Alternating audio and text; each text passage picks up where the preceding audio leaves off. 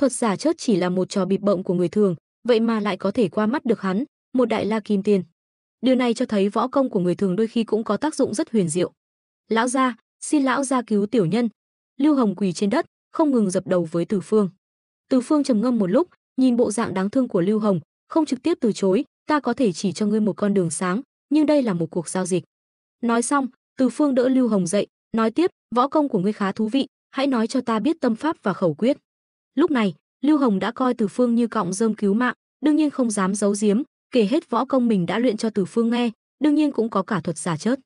Sau khi ghi nhớ tất cả những công pháp này, Từ Phương nói, chuyện của ngươi trong vòng 1 tháng sẽ có chuyển biến, đến lúc đó hãy đến đó chờ là được. Đã nhận được lợi ích từ Lưu Hồng, Từ Phương cũng không muốn nợ ân tình này, liền thuận miệng chỉ điểm cho Lưu Hồng một câu. Nhưng hắn không nói rõ, Lưu Hồng đủ thông minh sẽ hiểu ý hắn. Còn Trần Quang Duệ, xin lỗi nhé, vì sự phát triển của cốt truyện, vì lợi ích của ta, ngươi đến lúc chớt vẫn phải chớt. Hơn nữa, sau khi Đường Tăng báo thù bem Lưu Hồng, Trần Quang Duệ cũng được hồi sinh. Nói đúng ra, Từ Phương cũng không tính là tự ý can thiệp vào cốt truyện. Lưu Hồng dường như hiểu mà lại như không hiểu, nhưng theo hắn, Từ Phương đã nhận lợi ích của hắn thì chắc chắn sẽ không nói suông. Dù sao cũng là tiên nhân mà. Hắn bảo mình 1 tháng sau đến bờ sông chờ thì cứ chờ thôi. Đa tạ lão gia chỉ điểm, tiểu nhân đã hiểu. Lại cung kính dập đầu với Từ Phương một cái, Lưu Hồng đứng dậy rời đi. Từ Phương không quan tâm Lưu Hồng sẽ làm gì tiếp theo, hắn đã có ý tưởng riêng. Sau khi chứng kiến thuật giả chớt của Lưu Hồng, hắn cũng học được từ Lưu Hồng không ít võ công của người thường. Ở tiên giới, tuy thần thông, pháp lực và pháp bảo chiếm phần lớn, nhưng khi hai người có tu vi tương đương, thì chiêu thức và tốc độ phản ứng sẽ trở thành chìa khóa của thắng bại. Võ công của người thường có thể hưng thịnh, chắc chắn có lý do của nó. Dù sao, còn khoảng 20 năm nữa Đường Tăng mới bắt đầu đi Tây Thiên lấy kinh, 20 năm này, hắn không thể cứ ở Trường An dưỡng lão, chi bằng nhân lúc này nghiên cứu võ công của người thường, củng cố tu vi. Nghĩ vậy, Từ Phương đứng dậy, không nói đến việc Lưu Hồng đã sớm đến bờ sông chờ đợi, cũng không nói đến kế hoạch tiếp theo của Từ Phương, chỉ nói đến Trần Quang Duệ. 10 năm đèn sách khổ công, thành danh thiên hạ biết. Vất vả lên kinh ứng thí, bảng vàng được công bố, Trần Quang Duệ đỗ đầu. Sau khi được vua Lý Thế Dân sắc phong làm trạng nguyên, hắn ta nổi tiếng khắp nơi. Trần Quang Duệ càng thêm kiêu ngạo, dự tiệc, cưỡi ngựa diễu hành phố phường. Danh hiệu trạng nguyên khiến Trần Quang Duệ lâng lâng trên mây. Đến khi diễu hành qua trước phủ Ân Tướng Quốc, Trần Quang Duệ vừa nhìn đã phải lòng Ân Ôn Kiều đang tung tú cầu trên lầu. Hắn đâu biết rằng Ân Ôn Kiều cũng bất đắc dĩ mới phải làm theo ý cha, tung tú cầu kén chồng. Bởi vì trong mắt nàng, Lưu Hồng đã chết, vậy thì đứa con trong bụng nàng chính là cốt nhục duy nhất của Lưu Hồng trên đời này. Vì vậy, Ân Ôn Kiều nhất định phải sinh đứa bé ra. Bất đắc dĩ, nàng đành nghe theo lời cha, tung tú cầu kén rể. Chỉ có như vậy, Ân thừa tướng mới đồng ý để nàng sinh con. Trên lầu, Ân Ôn Kiều nhìn xuống đám người già yếu bệnh tật bên dưới, đương nhiên không muốn ném tú cầu xuống. Thực ra đây cũng là kế hoạch đã được Ân thừa tướng tính toán sẵn. Từ lúc Trần Quang Duệ thi đình, ông ta đã chấm hắn làm trạng nguyên. Con gái của một vị thừa tướng tung tú cầu kén chồng, đương nhiên không thể hoàn toàn dựa vào may mắn. Vì vậy, theo lệnh của Ân thừa tướng, tất cả gia nhân trong phủ đều được huy động, ngăn cản những người trẻ tuổi khỏe mạnh lại, chỉ để lại những người già yếu bệnh tật và Trần Quang Duệ. Có thể tưởng tượng được, khi đối thủ cạnh tranh đều là những người già yếu bệnh tật, Trần Quang Duệ dễ dàng giành được tú cầu. Mọi chuyện diễn ra khiến Trần Quang Duệ như đang nằm mơ. Trạng nguyên, cưỡi ngựa diễu hành, tú cầu của người đẹp, Trần Quang Duệ cảm thấy mình như nắm cả thiên hạ trong tay. Cũng chẳng trách, đời người có 3 niềm vui lớn, hắn đã gặp 2 niềm vui cùng một lúc, vui mừng cũng là điều dễ hiểu. Nhưng tất cả những điều tốt đẹp đã tan vỡ sau khi hắn cưới Ân Ôn Kiều. Con gái của Ân thừa tướng, Ân Ôn Kiều, vậy mà đã mang thai 4 tháng. Khi biết mình bị cắm sừng, Trần Quang Duệ suy sụp hoàn toàn. Hắn cũng cuối cùng đã hiểu tại sao con gái của một vị thừa tướng lại phải tung tú cầu kén chồng.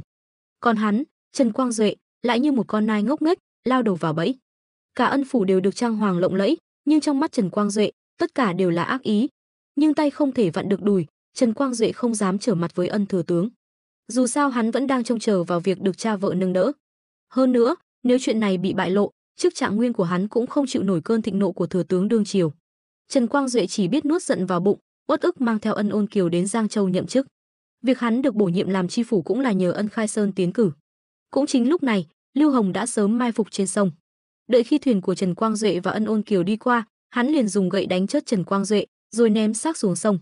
Ân Ôn Kiều đang ở trong khoang thuyền, nghe thấy tiếng la hét bên ngoài, vội vàng chạy ra xem. Kết quả là bị Lưu Hồng ôm trọn vào lòng.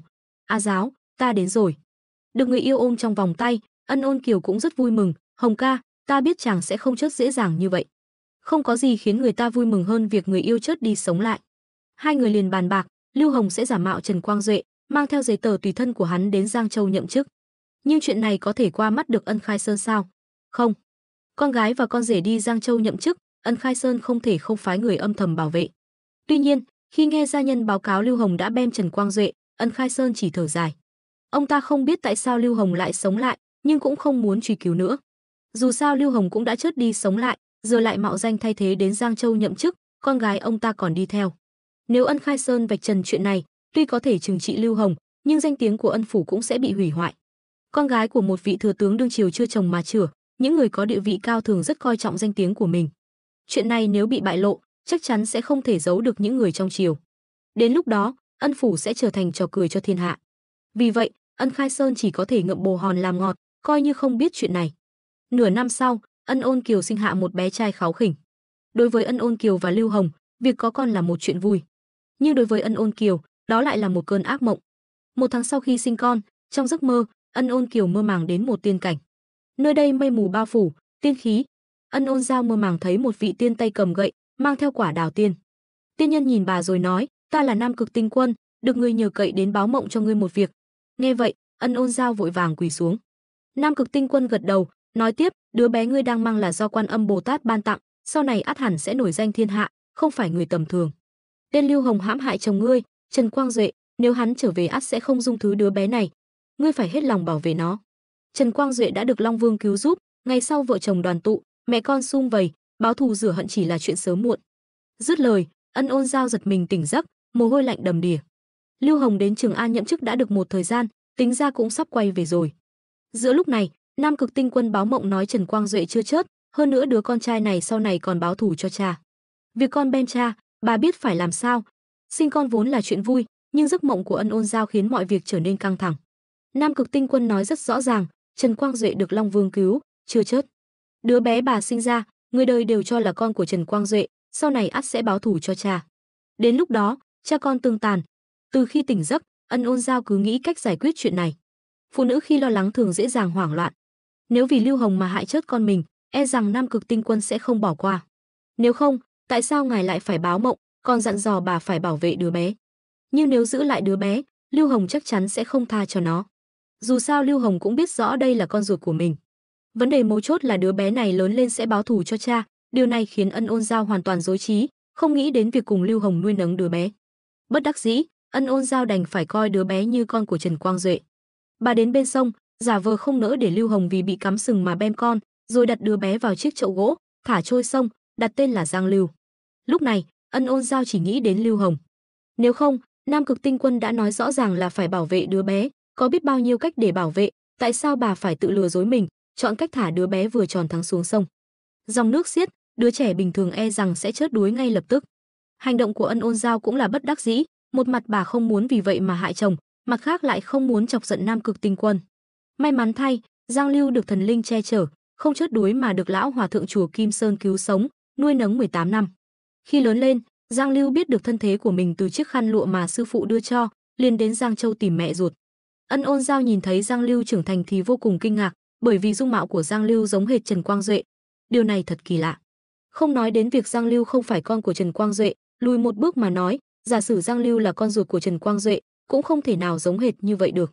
Có câu nói, không có đứa con nào không giống cha, nhưng nói cách khác, lại có đứa con nào giống cha y đúc như soi gương.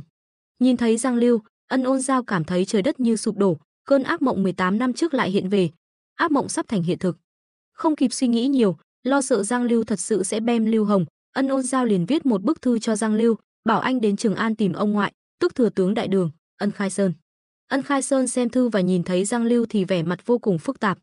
Trong 18 năm, mọi chuyện xảy ra ở Giang Châu, ông đều biết rõ. Giờ nhìn thấy Giang Lưu giống hệt Trần Quang Duệ như từ một khuôn đúc ra, thừa tướng Ân Khai Sơn không biết nên làm thế nào. May mà bức thư của Ân Ôn Giao đã giúp ông quyết định. Vì Giang Lưu giống hệt Trần Quang Duệ, vậy cứ thuận theo tự nhiên, bắt Lưu Hồng, khẳng định Giang Lưu là con của Trần Quang Duệ, để chôn vùi hoàn toàn vụ bê bối này. Thừa tướng ra lệnh, Lưu Hồng khó lòng thoát tội, bị bắt và xử trảm ngay tại chỗ. Giang Lưu, người vẫn luôn bị giấu kín sự thật, vui mừng vì đã báo được thù, vội vàng đến Giang Châu báo tin cho Ân Ôn Giao. Ân Ôn Giao thất thần, bà không ngờ bức thư của mình lại khiến cha ra lệnh xử trảm Lưu Hồng. Từ xưa đến nay, phụ nữ chỉ theo một chồng, bà chỉ còn cách chết mới có thể đi theo chồng. Trước đây, khi Trần Quang Duệ chết, Ân Ôn Giao cũng từng giả vờ muốn chết, nhưng cuối cùng vẫn sống sót. Nhưng lần này, bà làm thật. Ân Ôn Giao thật sự tự vẫn. Giang Lưu hoàn toàn chớt lặng. Chuyện quái quỷ gì đang xảy ra vậy? Báo được thù chẳng phải là kết cục tốt đẹp nhất sao? Tại sao cả nhà chết hết, chỉ còn lại một mình anh?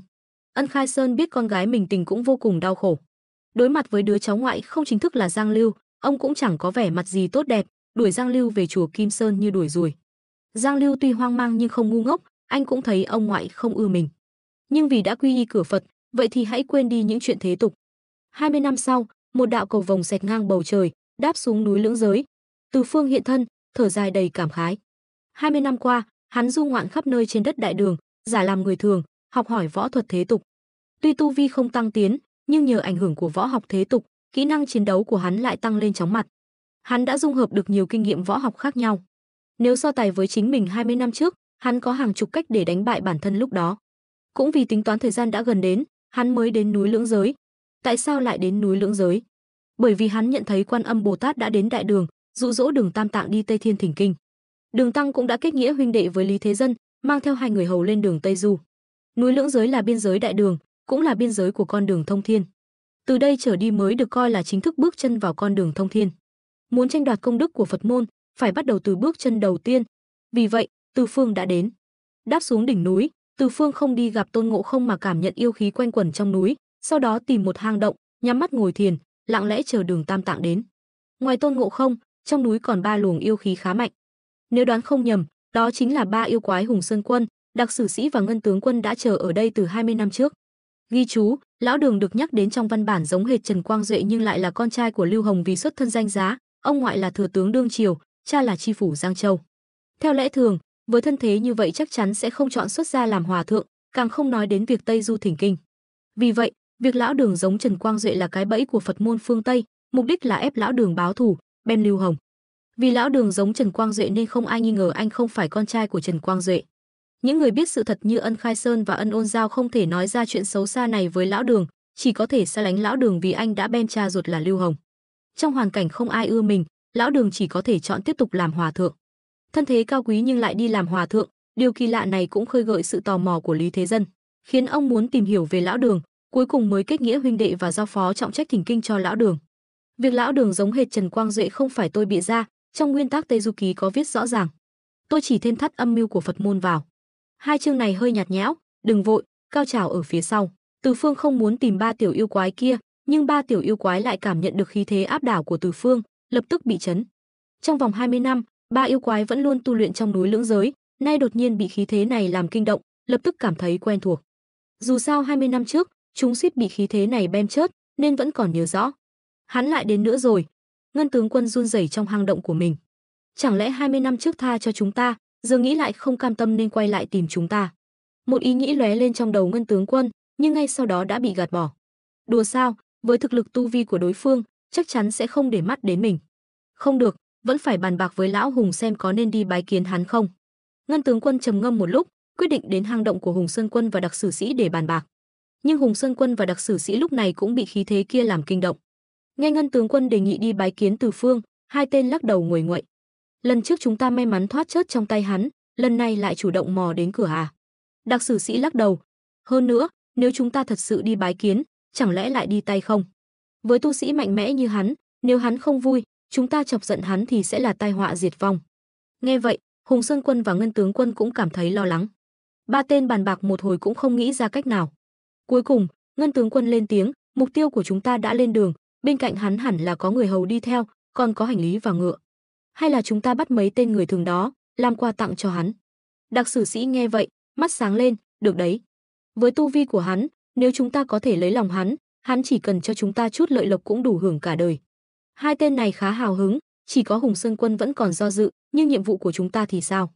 Yên tâm, chúng ta tha cho mục tiêu là được, chỉ bắt người hầu của hắn, rồi dọa tên hòa thượng kia một chút.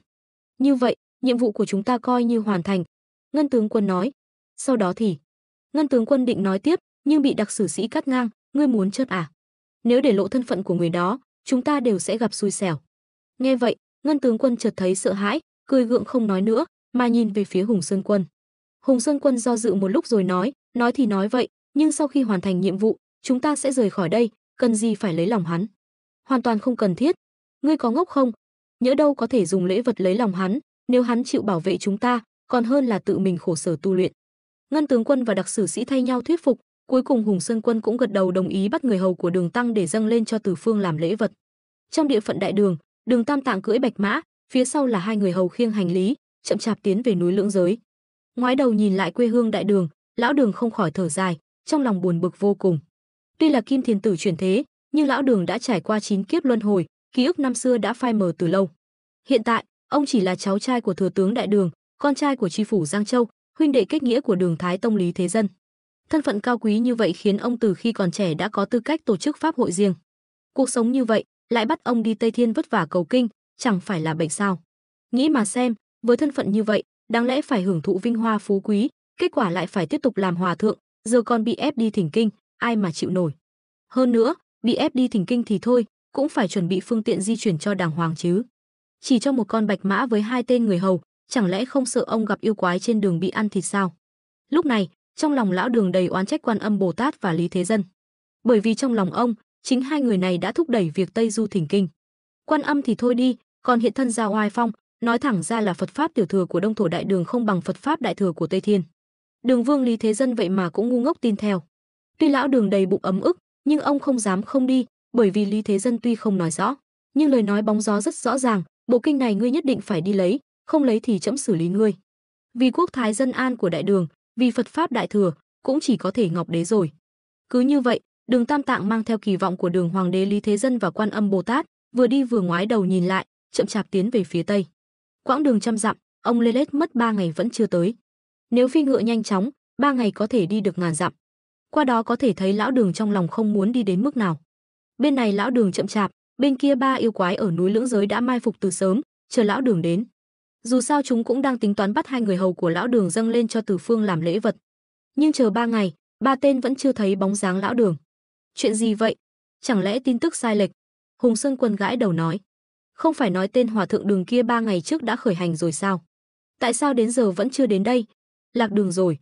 Đặc sử sĩ không nói gì, còn Ngân tướng quân cũng chờ đến sốt ruột, há miệng gầm lên một tiếng. Ngay sau đó, trong rừng lao ra một con hổ trắng. Ngân tướng quân gật đầu với con hổ như hiểu ý cũng gật đầu, rồi quay người nhảy đi. Dưới chân núi Lưỡng Giới, lão Đường thấy trời đã tối, liền bảo hai người hầu nghỉ ngơi.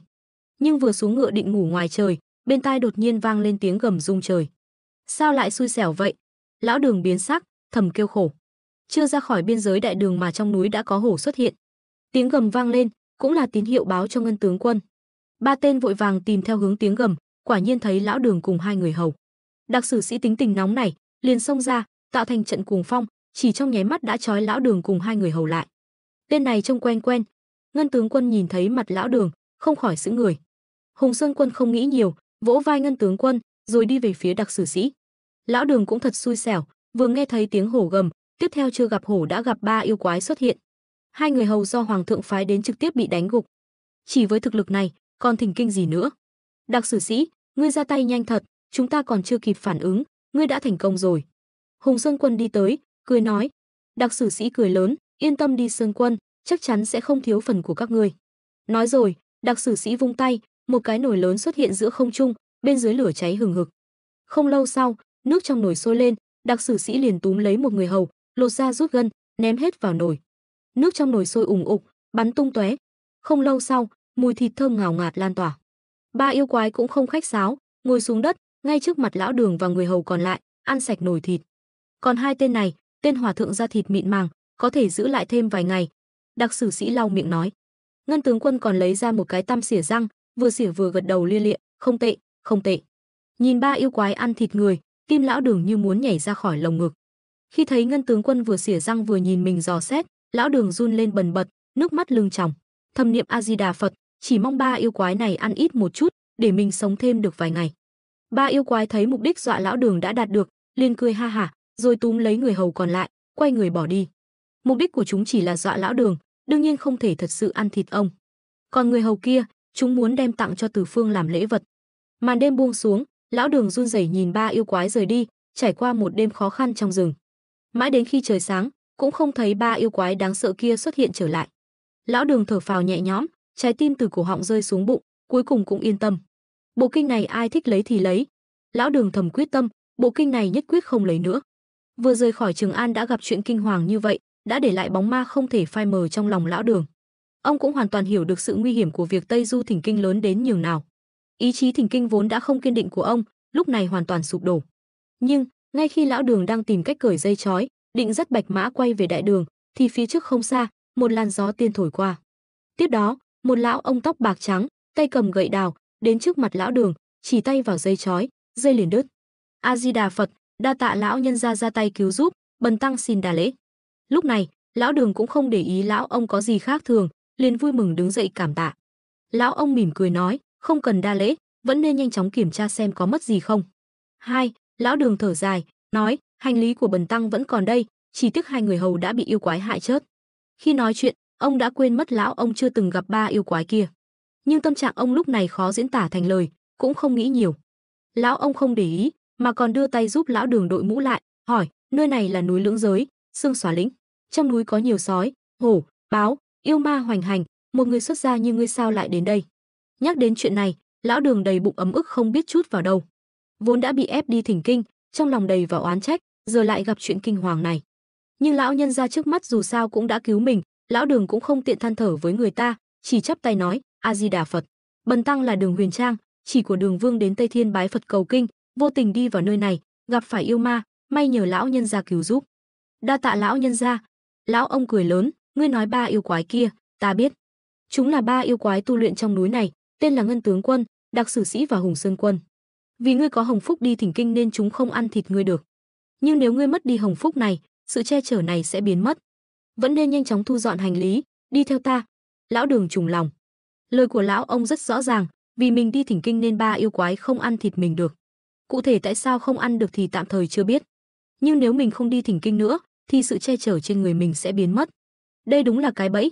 Lão già này chắc chắn biết điều gì đó, lão Đường thầm nghĩ. Nhưng lúc này, ông cũng không rảnh hỏi lão ông là ai, vội vàng dắt bạch mã, đặt hành lý lên lưng ngựa, đi theo lão ông. Đi đến một vùng đất bằng phẳng, lão Đường vừa định mở miệng hỏi thì thấy hoa mắt, lão ông đã hóa thành một làn gió nhẹ, cưỡi hạc bay lên trời. Theo làn gió nhẹ, một tờ giấy rơi xuống. Lão Đường nhặt lên xem, thấy trên đó viết 4 câu, ta là Tây Thiên Thái Bạch Kim Tinh, đặc biệt đến cứu ngươi. Tiến lên ắt có thần linh giúp đỡ, đừng vì khó khăn mà oán trách. Lão già này hóa ra là Thái Bạch Kim Tinh. Lão Đường cầm tờ giấy, nhìn Thái Bạch Kim Tinh cưỡi hạc bay đi, trong lòng muốn mắng chửi ầm lên. Đều là đứng nói chuyện không đau lưng, gặp nguy hiểm đâu phải là các ngươi. Một Quan Âm Bồ Tát, một Đường Vương Lý Thế Dân, giờ lại thêm một Thái Bạch Kim Tinh, đều được ghi vào sổ đen trong lòng lão Đường.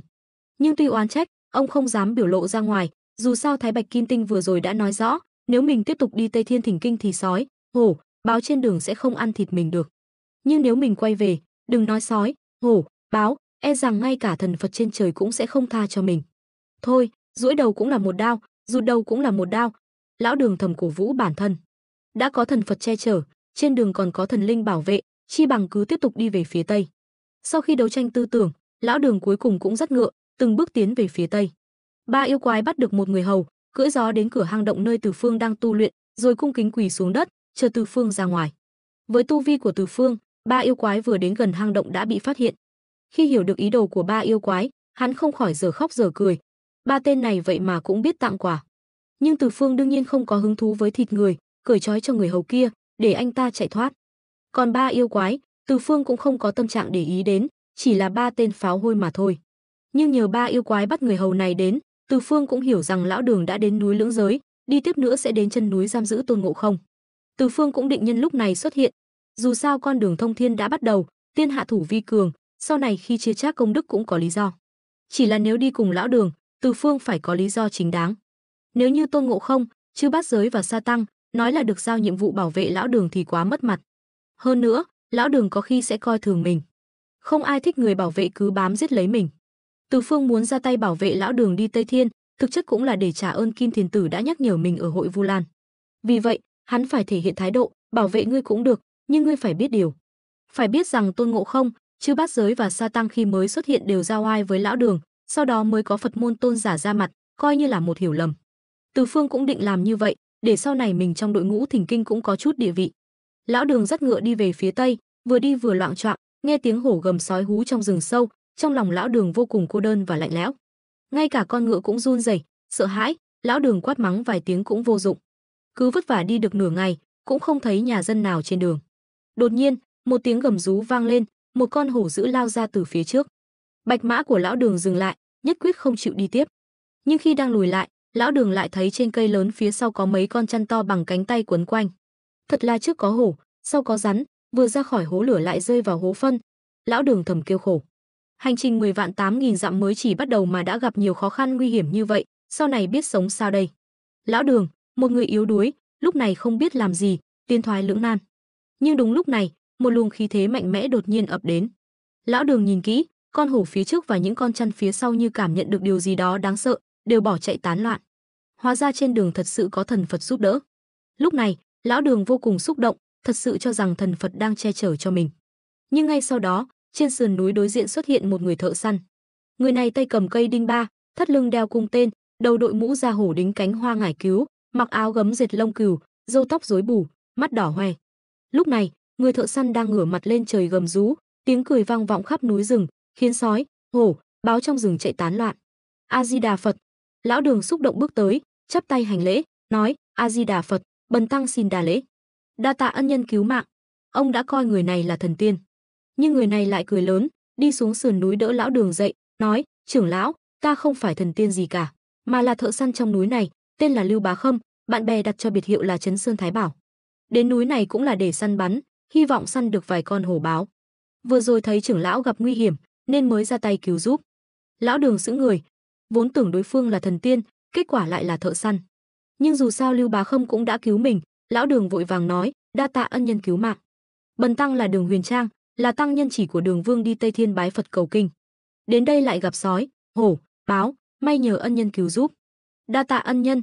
Trưởng lão khách sáo rồi. Lưu Bá Khâm cười nói: ta sống ở núi này đã lâu, chuyên sống bằng nghề săn bắn, nên sói, hổ, báo trong núi đều sợ ta. Ngươi là người Đại Đường, cũng coi như là đồng hương với ta. Nơi này vẫn là biên giới Đại Đường, ngươi và ta đều là thần dân của Đường Vương, cùng chung một nước. Trưởng lão đừng sợ, hôm nay đến nhà ta nghỉ ngơi một đêm, ngày mai hãy lên đường, thế nào? Vậy thì làm phiền ân nhân rồi. Lúc này, lão Đường chỉ muốn bám lấy Lưu Bá Khâm để bảo vệ mình, đương nhiên sẽ không từ chối ý tốt của Lưu Bá Khâm. Sau đó, hai người vượt qua sườn núi, vừa đi vừa nói chuyện, tiến về nhà Lưu Bá Khâm. Nhưng đúng lúc này, một tiếng nổ lớn vang lên. Ngay sau đó, một ngọn núi cao sừng sững từ trên trời rơi xuống. Ngọn núi rơi xuống ầm ầm, làm kinh động vô số sói, hổ, báo trên núi Sương Xóa Lĩnh, chạy tán loạn. Núi này ta mở, cây này ta trồng, muốn đi qua đây, phải để lại tiền mãi lộ. Đúng lúc này, từ trong núi vang lên một giọng nói có phần ngông cuồng. Tiếp đó, một bóng người từ trên núi bay xuống. Người này mặc áo xanh, tóc dài buộc tùy ý sau đầu, vai vác một thanh đao nhuốm máu, đang nhìn lão Đường và Lưu Bá Khâm với vẻ mặt cười như không cười. Đó chính là Từ Phương. Rời núi lấp biển, hắn muốn dùng thần thông vô thượng này để tuyên bố địa vị của mình trong đội ngũ Thỉnh Kinh sau này. Dù sao hắn cũng muốn trà trộn vào đội ngũ Thỉnh Kinh để chia chác công đức, không có chút địa vị nào thì sao được. Lão Đường lúc này sợ đến mức sắp tè ra quần. Thử tưởng tượng, đang dắt ngựa đi trên đường, đột nhiên một ngọn núi cao sừng sững từ trên trời rơi xuống, suýt chút nữa đập vào chân. Mà người trước mắt này đã có năng lực rời núi, chắc chắn không phải người mà Lưu Bá Khâm có thể ngăn cản. Chẳng lẽ chưa ra khỏi Đại Đường đã bị tên cướp này cướp sạch? So với lão Đường, Lưu Bá Khâm lại rất gan dạ, cây đinh ba chắn ngang ngực, quát: ngươi là ai? Tại sao lại chặn đường chúng ta? Hơi thú vị đấy. Từ Phương nhìn Lưu Bá Khâm, ánh mắt lộ ra vẻ thâm thúy. Thủ đoạn rời núi lấp biển của hắn, người thường nhìn thấy chắc chắn sẽ run sợ, kinh hãi vô cùng. Thấy lão Đường đang run rẩy, đứng cũng không vững, còn Lưu Bá Khâm này chỉ hơi biến sắc, thậm chí còn dám cầm vũ khí chặn mình. Gào! Ngay sau đó, Từ Phương biến thành một con hổ trắng cao hàng chục trượng, gầm lên với lão Đường và Lưu Bá Khâm. Lại là yêu quái. Lão Đường run giọng. Lưu Bá Khâm lại cười lạnh, quát: yêu nghiệt phương nào dám ở đây làm càn? Có cao tăng Đại Đường ở đây, chẳng lẽ không sợ Phật tổ trách tội sao? Thử nghĩ xem, khi bạn đang vui vẻ dắt ngựa đi trên đường, đột nhiên một ngọn núi cao sừng sững từ trên trời rơi xuống, suýt chút nữa đập vào chân. Tiếp đó, một người từ trên núi bay xuống, vừa xuống đã biến thành một con hổ trắng cao hàng chục trượng. Con hổ há miệng, thân hình nhỏ bé của bạn thậm chí không đủ cho nó nuốt một miếng. Lúc này, là bạn có sợ không? Hiện tại, Đường Tam Tạng đang phải đối mặt với tình huống cực kỳ đáng sợ này. Ngược lại, Lưu Bá Khâm khi đối mặt với con hổ do Từ Phương biến thành, lại không hề sợ hãi, quát: yêu nghiệt phương nào dám ở đây làm càn? Có cao tăng Đại Đường ở đây, chẳng lẽ không sợ Phật tổ trách tội sao?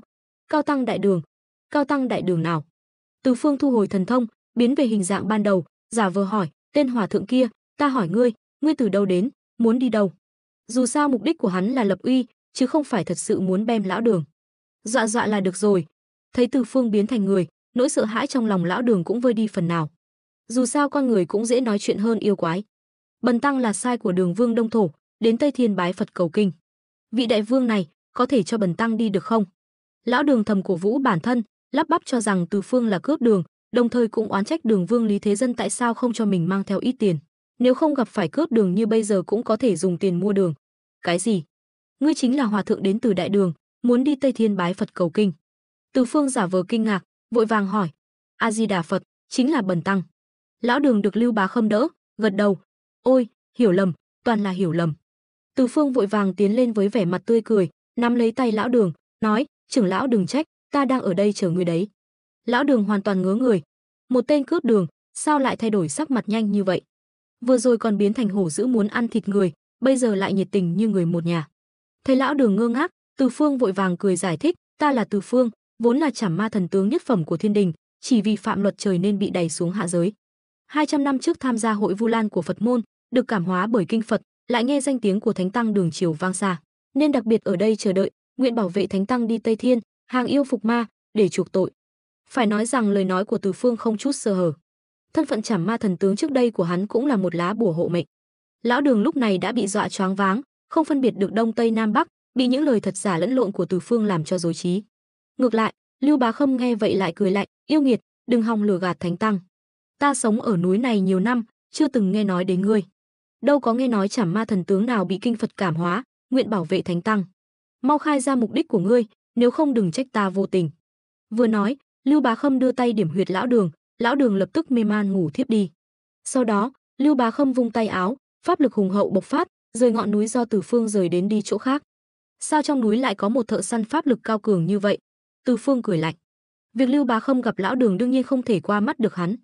Ban đầu, Từ Phương còn thấy lạ về lai lịch và mục đích của Lưu Bá Khâm, bây giờ thì đã hiểu phần nào. Núi Lưỡng Giới tuy rộng lớn, nhưng cũng không phải là quá lớn. Ba yêu quái ngân tướng quân đã ở trong núi ít nhất vài chục năm, mà Lưu Bá Khâm lại nói mình sống ở đây quanh năm, lại còn sống bằng nghề săn bắn. Nếu thật sự như vậy, hắn không thể không biết ba yêu quái ngân tướng quân.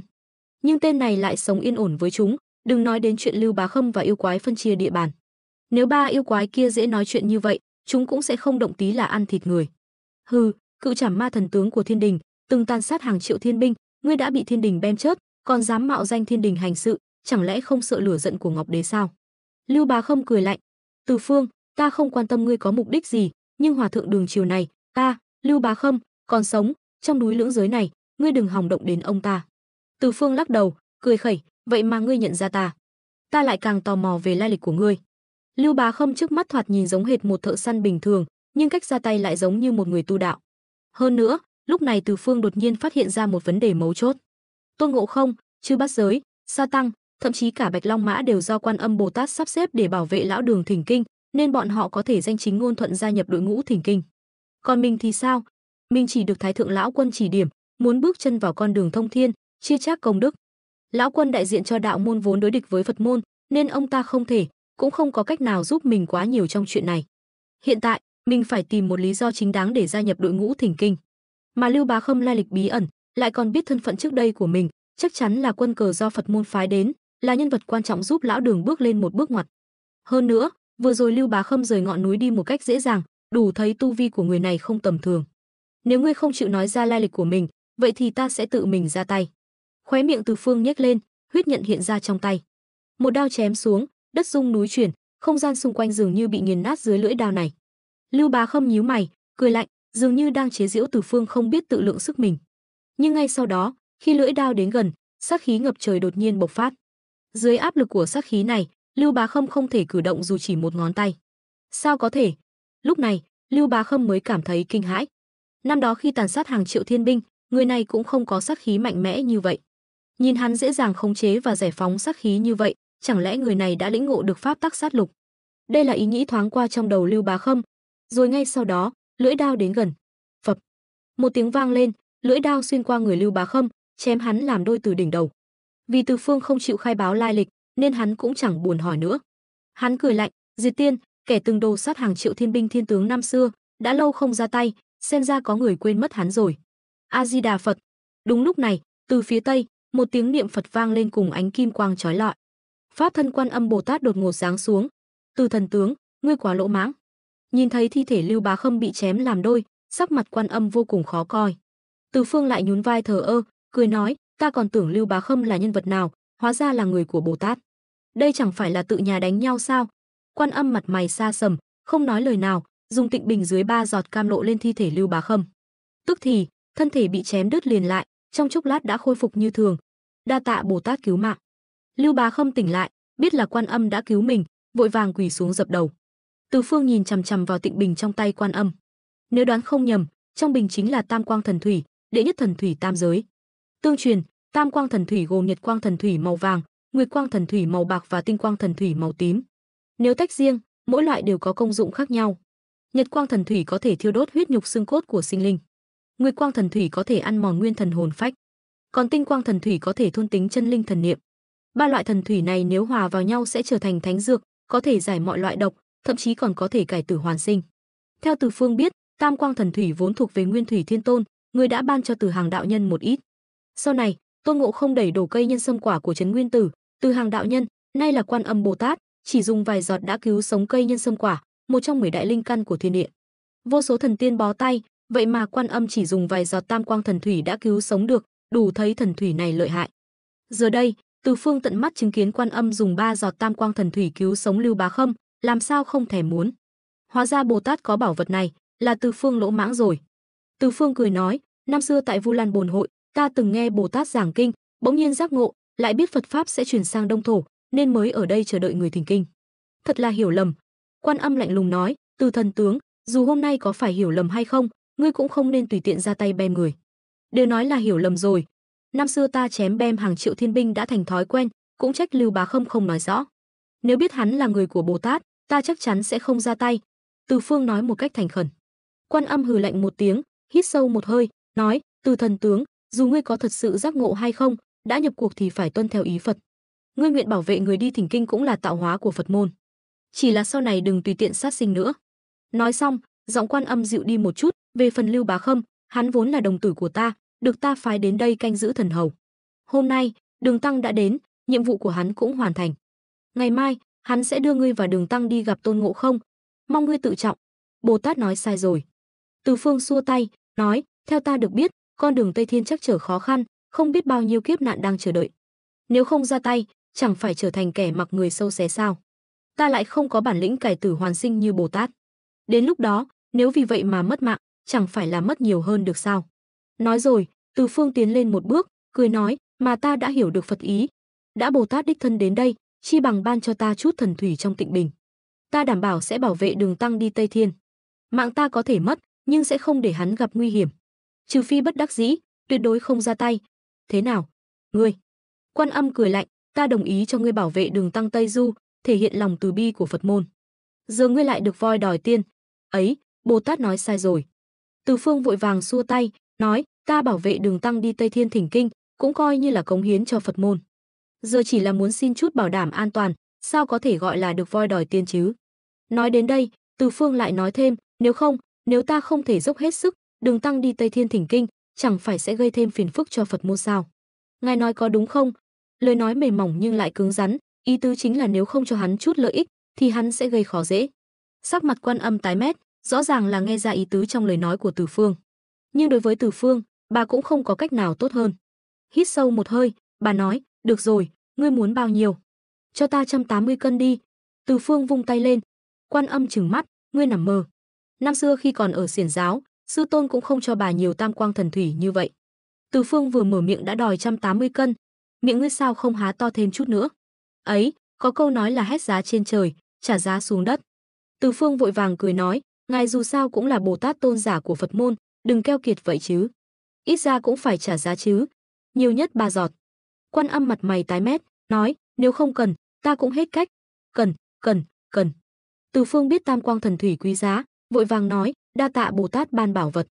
Quan Âm hít sâu một hơi, vung cành dương liễu, 3 giọt Tam Quang Thần Thủy bay vào tay Từ Phương. Hắn liền cất đi, vẻ mặt hài lòng, nhận đồ của Bồ Tát, đệ tử cũng coi như là người của Phật môn rồi. Sau này Bồ Tát phải che chở cho ta đấy. Ngươi an phận đi hết con đường thỉnh kinh, mới là người của Phật môn. Không dám nhận. Quan Âm hừ lạnh một tiếng, sau đó đưa tay điểm một cái, Đường Tăng đang ngất xỉu liền tỉnh lại.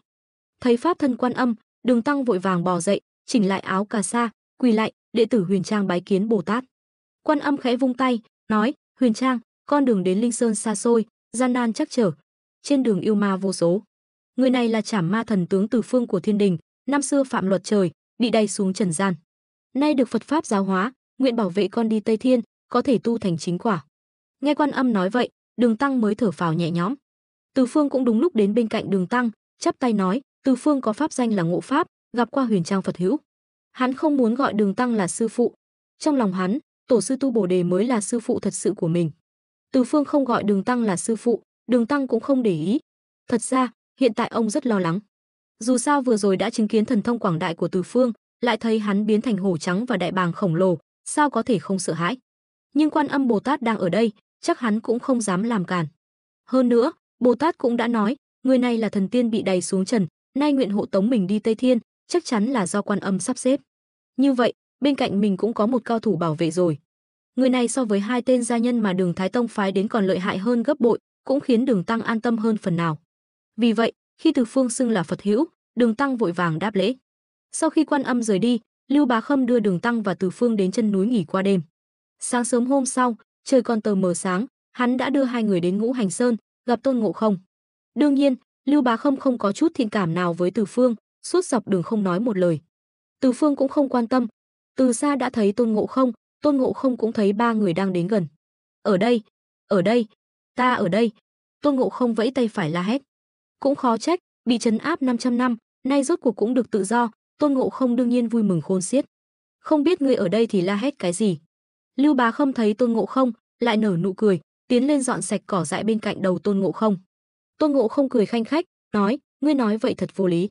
Ta sắp được tự do rồi, mau gọi hòa thượng lại đây, ta hỏi hắn chút chuyện. A Di Đà Phật. Nghe Lưu thí chủ nói ở đây giam giữ một con thần hầu, chắc là ngươi rồi. Đường Tăng đã nghe Lưu Bá Khâm kể về thần hầu bị giam dưới Ngũ Hành Sơn là đồ đệ do Quan Âm Bồ Tát chỉ định cho mình, liền chắp tay bước tới. Từ Phương cũng đi theo Đường Tăng, mỉm cười nhìn Tôn Ngộ Không. Sư huynh, sao huynh cũng đến đây? Tôn Ngộ Không thấy Từ Phương, đột nhiên trợn tròn mắt, cũng chẳng buồn để ý đến Đường Tăng nữa.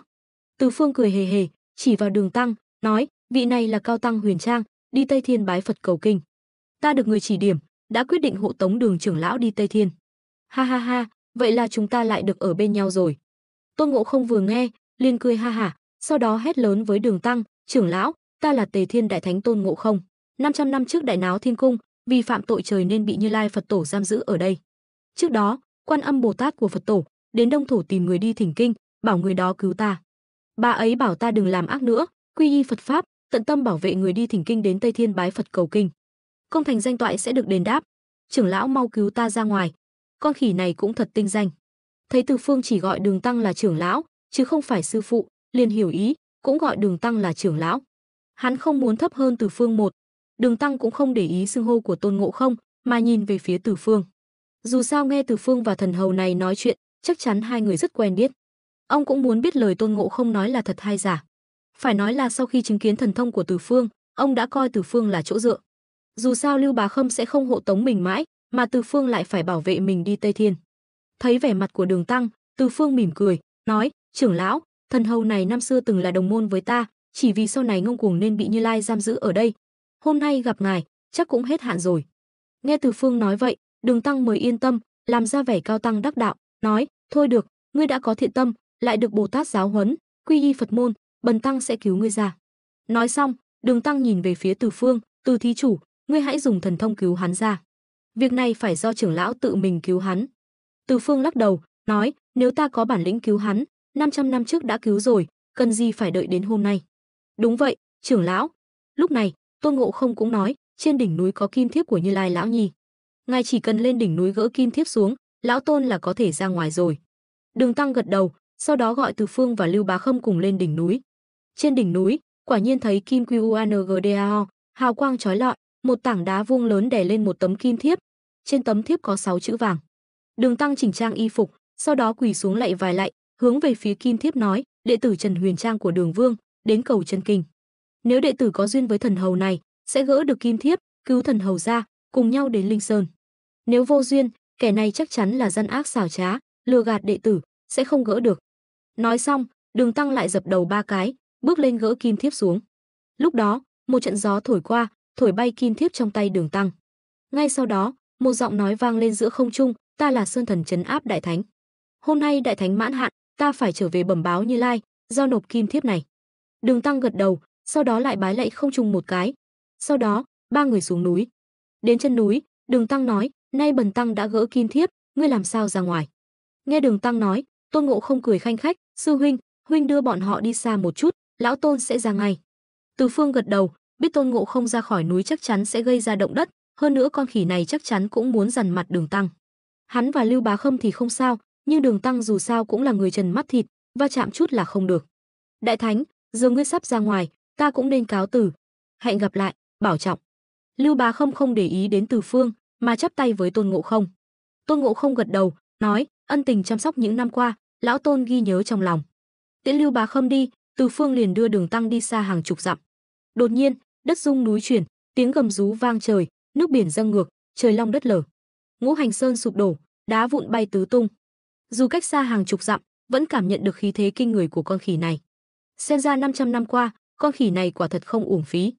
Từ Phương thầm nghĩ, xem ra lần trước con khỉ chớt tiệt này không nói thật. Khí thế này còn mạnh hơn lúc đại náo thiên cung nhiều.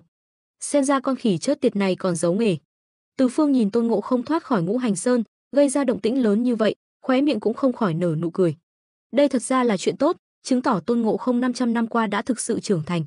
Ngũ Hành Sơn sụp đổ, từ đó bật ra một bóng người, chính là Tôn Ngộ Không. Có lẽ vì 500 năm bị giam cầm quá bức bối, Tôn Ngộ Không liền thi triển Pháp Thiên Tượng Địa, cao đến vài vạn trượng. Lúc sau lại thi triển Thất Thập Nhị Biến, khuấy động đất trời. Cuối cùng, hắn cưỡi cân đầu vân, trong nháy mắt đã biến mất. Từ Phương và Đường Tăng đứng ngây người tại chỗ. Đường Tăng ngây người vì không ngờ hai vị thần tiên hộ tống mình lại có thần thông quảng đại như vậy, có thể hái sao bắt trăng, dung chuyển đất trời. Còn Từ Phương ngây người vì có chút bất đắc dĩ. Con khỉ vừa mới được thả ra, liền vội vàng vận động thân thể 500 năm không được cử động, giống như một đứa trẻ vừa tan học về nhà, vô cùng nghịch ngợm. Mãi một lúc sau, Tôn Ngộ Không mới từ trên cân đầu vân nhảy xuống. 500 năm trôi qua, quần áo trên người Tôn Ngộ Không đã sớm không còn, giờ đây hắn chạy đến một cách trần truồng. Sư huynh, lão Tôn ra rồi. Lão Tôn cuối cùng cũng ra rồi. Ra rồi là tốt. Từ Phương gật đầu. Đường Tăng bị bỏ rơi bên cạnh, dường như cảm thấy không khí có chút ngượng ngùng, liền vội vàng tiến lại gần, ra rồi là tốt. Tuy miệng nói an ủi Tôn Ngộ Không, nhưng trong lòng Đường Tăng đã có chút bất mãn. Đùa gì chứ, cứu ngươi ra là ta Trần Huyền Trang, ngươi không nói một lời, chỉ báo bình an với sư huynh ngươi là sao? Lúc này, Tôn Ngộ Không mới nhìn thấy Đường Tăng, gãi đầu nói, còn phải đa tạ trưởng lão cứu mạng. Tên đầu chọc này khác với đám đầu chọc ở Linh Sơn, lão Tôn công nhận ngươi rồi. Một câu nói khiến mặt Đường Tăng đen lại, nhưng lúc này, ông đã cảm thấy có gì đó không đúng. Đội ngũ thỉnh kinh, ta mới là nhân vật quan trọng nhất chứ. Nếu không có ta, làm sao có thể thỉnh được kinh? Vì vậy, Đường Tăng phải xác lập tầm quan trọng của mình trong đội ngũ thỉnh kinh. Nghĩ một lúc, Đường Tăng mỉm cười nói, vừa rồi nghe ngươi nói ngươi tên là Tôn Ngộ Không, chẳng lẽ Ngộ Không là tên của ngươi? Đúng vậy, đây là tên do sư phụ đặt cho ta. Nhắc đến sư phụ thật sự của mình, Tôn Ngộ Không liền lộ vẻ tự hào. Dù sao năm xưa lúc đại náo thiên cung, tổ sư Tu Bồ Đề đã không còn cấm Tôn Ngộ Không nhắc đến mình nữa. Vì vậy, Tôn Ngộ Không giờ đây cũng thẳng thắn thừa nhận mình là đồ đệ của tổ sư Tu Bồ Đề. Đường Tăng nghe vậy, liền gật đầu lia lịa, Ngộ Không tốt, Ngộ Không tốt. Tên này rất có Phật ý. Nhìn ngươi thế này, giống như một tiểu hòa thượng. Hay là Bần Tăng đặt cho ngươi một cái tên khác, gọi là hành giả được không? Tuy Thái Bạch Kim Tinh đã nói với ông, thần tiên bảo vệ mình phía trước sẽ là đồ đệ của mình, nhưng giờ thấy Tôn Ngộ Không và Từ Phương thân thiết như vậy, lại thấy Tôn Ngộ Không nhắc đến sư phụ với vẻ mặt sùng kính, ông lại không dám chủ động đề cập đến chuyện thu nhận đồ đệ. Không bái sư thì không bái sư vậy, chỉ cần bảo vệ Bần Tăng đến Tây Thiên an toàn là được. Vì vậy, Đường Tăng cũng coi như là nghĩ thông rồi. Tôn Ngộ Không cũng không để ý, tùy ý gật đầu. Đúng lúc này, một tiếng hổ gầm vang trời, từ đâu xuất hiện một con hổ vằn, khiến Đường Tăng sợ hãi ngã ngồi xuống đất.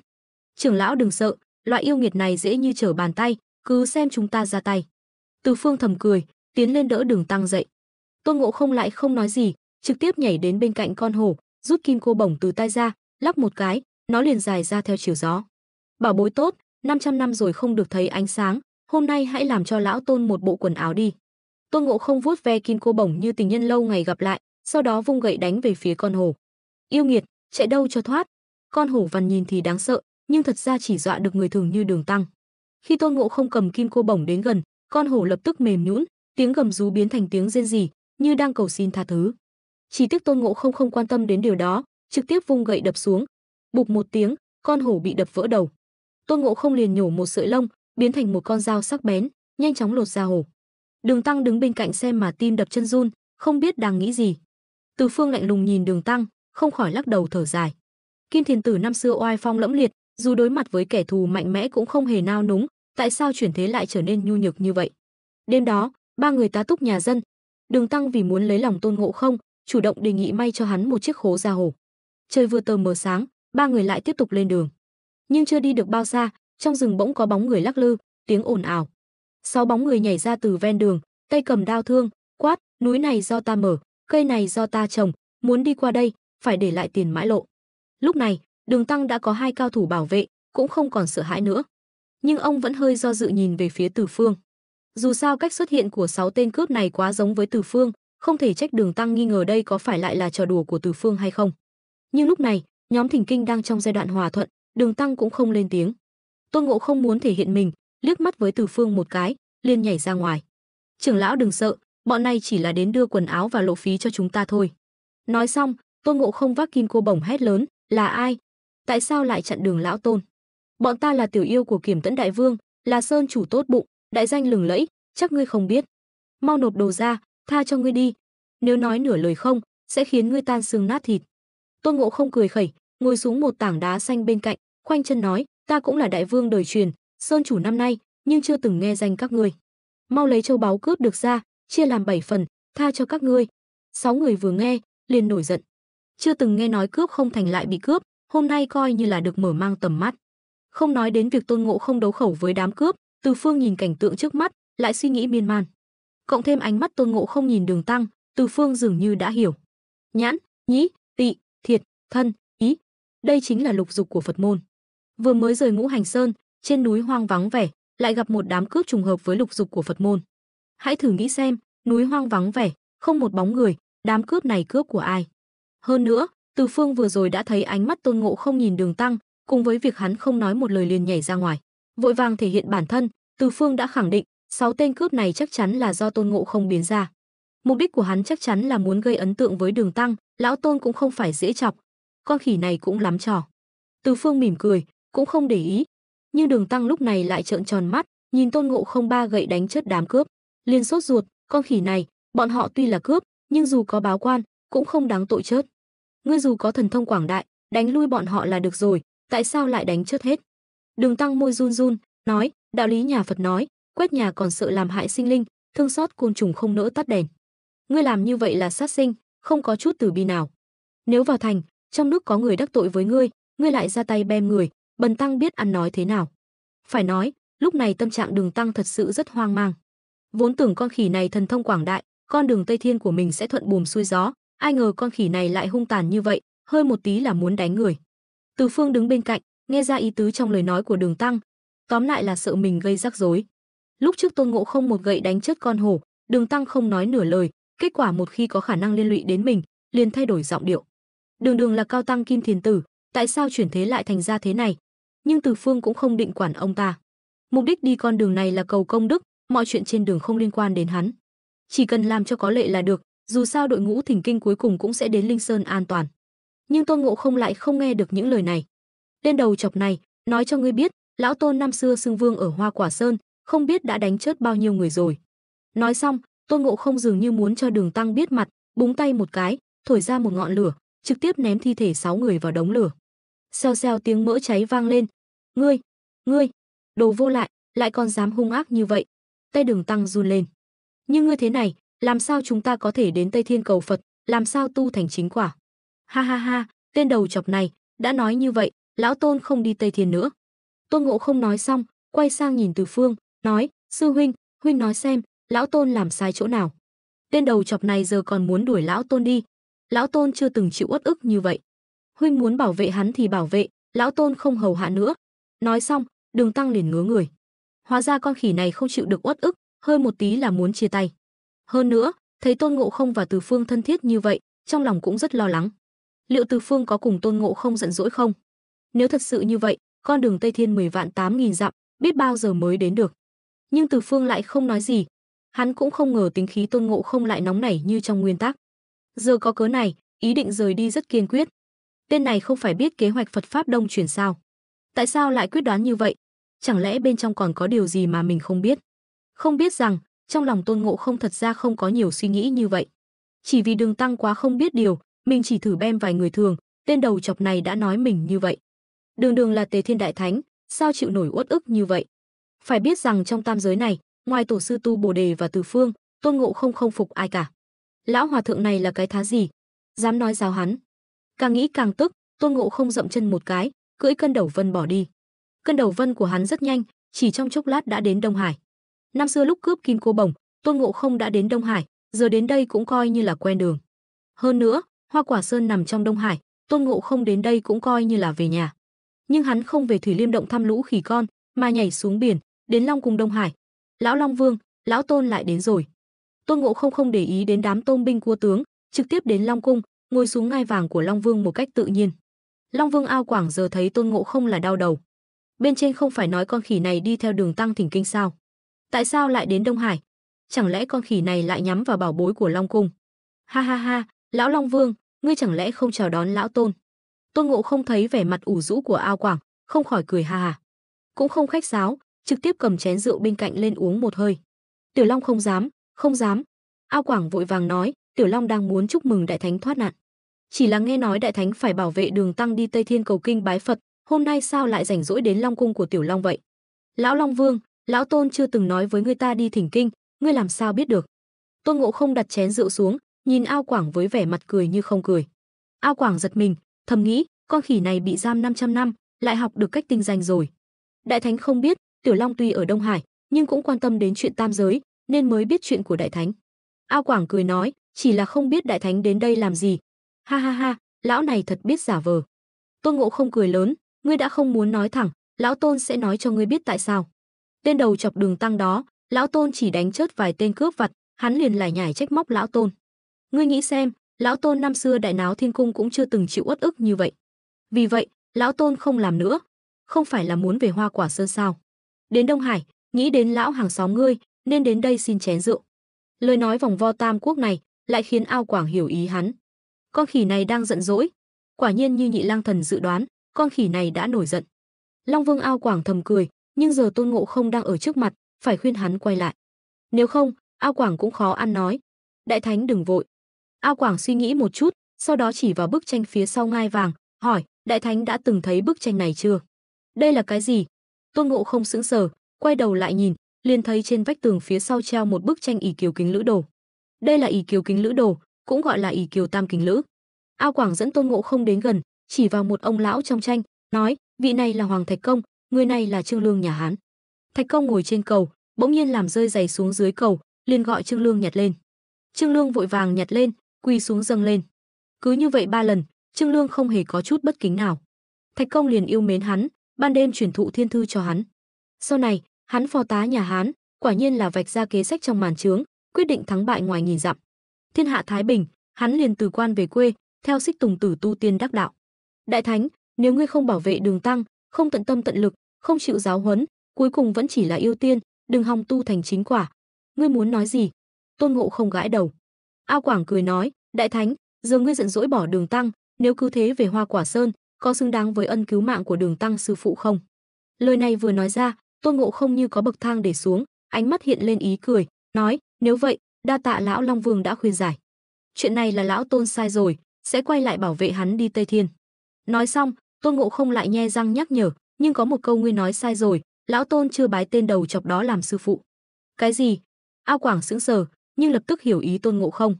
Con khỉ này vậy mà chưa bái Đường Tam Tạng làm sư phụ. Chuyện gì vậy? Chẳng lẽ kế hoạch của Phật môn gặp trục trặc?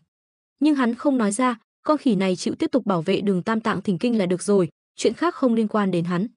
Lập tức, Ao Quảng vội vàng nói, nếu vậy, Đại Thánh mau quay lại đi, đừng để Đường Tăng chờ lâu. Tôn Ngộ Không lắc đầu, sau đó đứng dậy rời đi. Tuy nhiên, một bóng người đang thi triển ẩn thân thuật lại không đi theo Tôn Ngộ Không. Người này chính là Từ Phương. Sau khi Đường Tăng đuổi Tôn Ngộ Không đi, ông đã dịu giọng nhờ Từ Phương khuyên nhủ Tôn Ngộ Không. Tuy Đường Tăng không nói rõ, nhưng vẻ mặt lúng túng của ông lại bị Từ Phương nhìn thấu. Từ Phương nghĩ đến đoạn tình tiết này, dường như Đường Tăng không gặp nguy hiểm gì, nên đã gật đầu, đi theo Tôn Ngộ Không đến Long Cung Đông Hải. Cuộc đối thoại giữa Long Vương và Tôn Ngộ Không đương nhiên cũng bị hắn nghe thấy. Hắn phát hiện ra điều bất thường. Nếu theo lẽ thường, Long Vương này phải coi Tôn Ngộ Không như sao chổi. Giờ vất vả lắm mới khuyên được Tôn Ngộ Không đi rồi, Long Vương không nói đến việc ăn mừng, ít nhất cũng phải đi xem, đảm bảo Tôn Ngộ Không thật sự rời khỏi Đông Hải chứ. Nhưng hắn không làm vậy. Sau khi Tôn Ngộ Không rời khỏi Long Cung, Ao Quảng không đi theo, mà vội vàng đi vào nội điện của Long Cung. Hành động này của hắn đã thu hút sự chú ý của Từ Phương. Vì vậy, Từ Phương suy nghĩ một chút, liền đi theo Ao Quảng đến nội điện. Bẩm báo Nhị Lang Thần Quân, quả nhiên như Thần Quân đã nói, Tôn Ngộ Không đã nổi giận, không muốn tiếp tục Tây Du nữa. Nhưng Tiểu Long đã theo lời Thần Quân, khuyên hắn quay lại rồi. Giọng nói của Ao Quảng vừa dứt, trong nội điện, một người đang thưởng thức tranh quay người lại, thản nhiên đáp một tiếng. Vậy mà lại là hắn. Từ Phương trốn trong bóng tối, nhíu mày. Bởi vì người xuất hiện trước mắt, Từ Phương quen biết, chính là Nhị Lang Thần Dương Tiễn. Dương Tiễn liếc mắt về phía Từ Phương, sau đó thản nhiên nói, lần này ta cũng là đến đây. Có người tính được con khỉ đó khó thuần, chắc chắn sẽ có chuyện này, nên đặc biệt phái ta đến khuyên nhủ. Nhưng chuyện này ta không tiện lộ diện, nên mới làm phiền Long Vương. Không dám, không dám, Tiểu Long chỉ làm theo bổn phận. Ao Quảng liên tục gật đầu. Tam giới này ngày càng loạn rồi. Trên không trung Đông Hải, Từ Phương chậm rãi bay, gió ngày càng lớn, thổi tung áo choàng của hắn. Hắn càng ngày càng cảm thấy, bên trong Tây Du Ký có rất nhiều bí ẩn, đặc biệt là giờ đây, khi nhìn thấy Nhị Lang Thần Dương Tiễn trong Long Cung. Nhị Lang Thần Dương Tiễn bề ngoài là người của đạo giáo, cũng có quan hệ với Ngọc Hoàng, mà giờ lại có liên quan đến Long Vương Đông Hải, lại còn rất quan tâm đến việc Phật pháp đồng truyền. Từ khi nào hắn lại quan tâm đến Phật môn? Loạn rồi. Ta có thể cảm nhận được tâm trạng của ngươi đang rất loạn.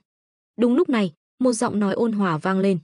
Từ Phương dừng lại, cười nói, xem ra ẩn thân thuật của ta vẫn chưa đủ hỏa hầu, không thể qua mắt được ngươi. Vậy nên ngươi mới chậm chạp như vậy, là đang đợi ta sao? Dương Tiễn xuất hiện bên cạnh Từ Phương, mỉm cười nói. Từ Phương gật đầu, vừa rồi trong Long Cung, ánh mắt của ngươi đã khiến ta biết, ngươi sẽ đến tìm ta. Hừ, ngươi nghĩ không sai, chỉ tiếc tâm cảnh của ngươi đã loạn, đây là điều tối kỵ. Dương Tiễn vỗ vai Từ Phương, nói. Từ Phương lắc đầu, thở dài, giờ tam giới loạn thành một mớ, Phật pháp đông truyền, Phật đạo tranh đấu, thiên đình kẹp ở giữa, ta sao có thể không loạn. Nói xong, Từ Phương nhìn Dương Tiễn, mỉm cười nói, nhưng điều ta khó hiểu nhất, lại không phải những chuyện này. Hừ, nếu ta đoán không nhầm, điều ngươi khó hiểu nhất chẳng lẽ là ta? Dương Tiễn vẻ mặt bình thản.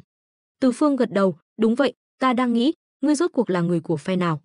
Từ khi quen biết Dương Tiễn, hắn đã cảm thấy thân phận của Dương Tiễn rất phức tạp. Thường ngày cũng hay tiếp xúc với Dương Tiễn, nhưng hắn không thích chuyện gì cũng mơ hồ. Đã Dương Tiễn chủ động nói ra, hắn nhất định phải hỏi cho rõ ràng. Ha ha ha, ngươi à? Dương Tiễn cười lớn, nhưng không trả lời trực tiếp, mà tự nói, phải nói là ngươi đã đi một nước cờ hay, để mình trở thành một phần của Phật pháp đông truyền, từ đó lợi dụng thân phận này, khiến Như Lai không dám động đến ngươi. Đồng thời, ngươi cũng có thể lợi dụng công đức trên con đường này để tăng cường thực lực. Chỉ tiếc, ngươi đã tính sai một bước. Cái gì? Từ Phương ngẩng phát đầu lên, ánh mắt lộ vẻ khó tin. Mình tham gia vào Tây Du Ký rõ ràng là do Thái Thượng Lão Quân chỉ điểm, vậy mà Dương Tiễn lại nói như vậy. Chẳng lẽ hắn không biết kế hoạch bên trong của đạo giáo? Nhưng Dương Tiễn rõ ràng là đệ tử xuất sắc nhất trong tam đại đệ tử của đạo giáo. Chuyện lớn như vậy, đạo giáo lại không nói cho Dương Tiễn biết. Ngươi có phải thấy lạ, tại sao ta lại biết tất cả những chuyện này? Dương Tiễn thấy vẻ mặt của Từ Phương, cứ tưởng mình nói đúng.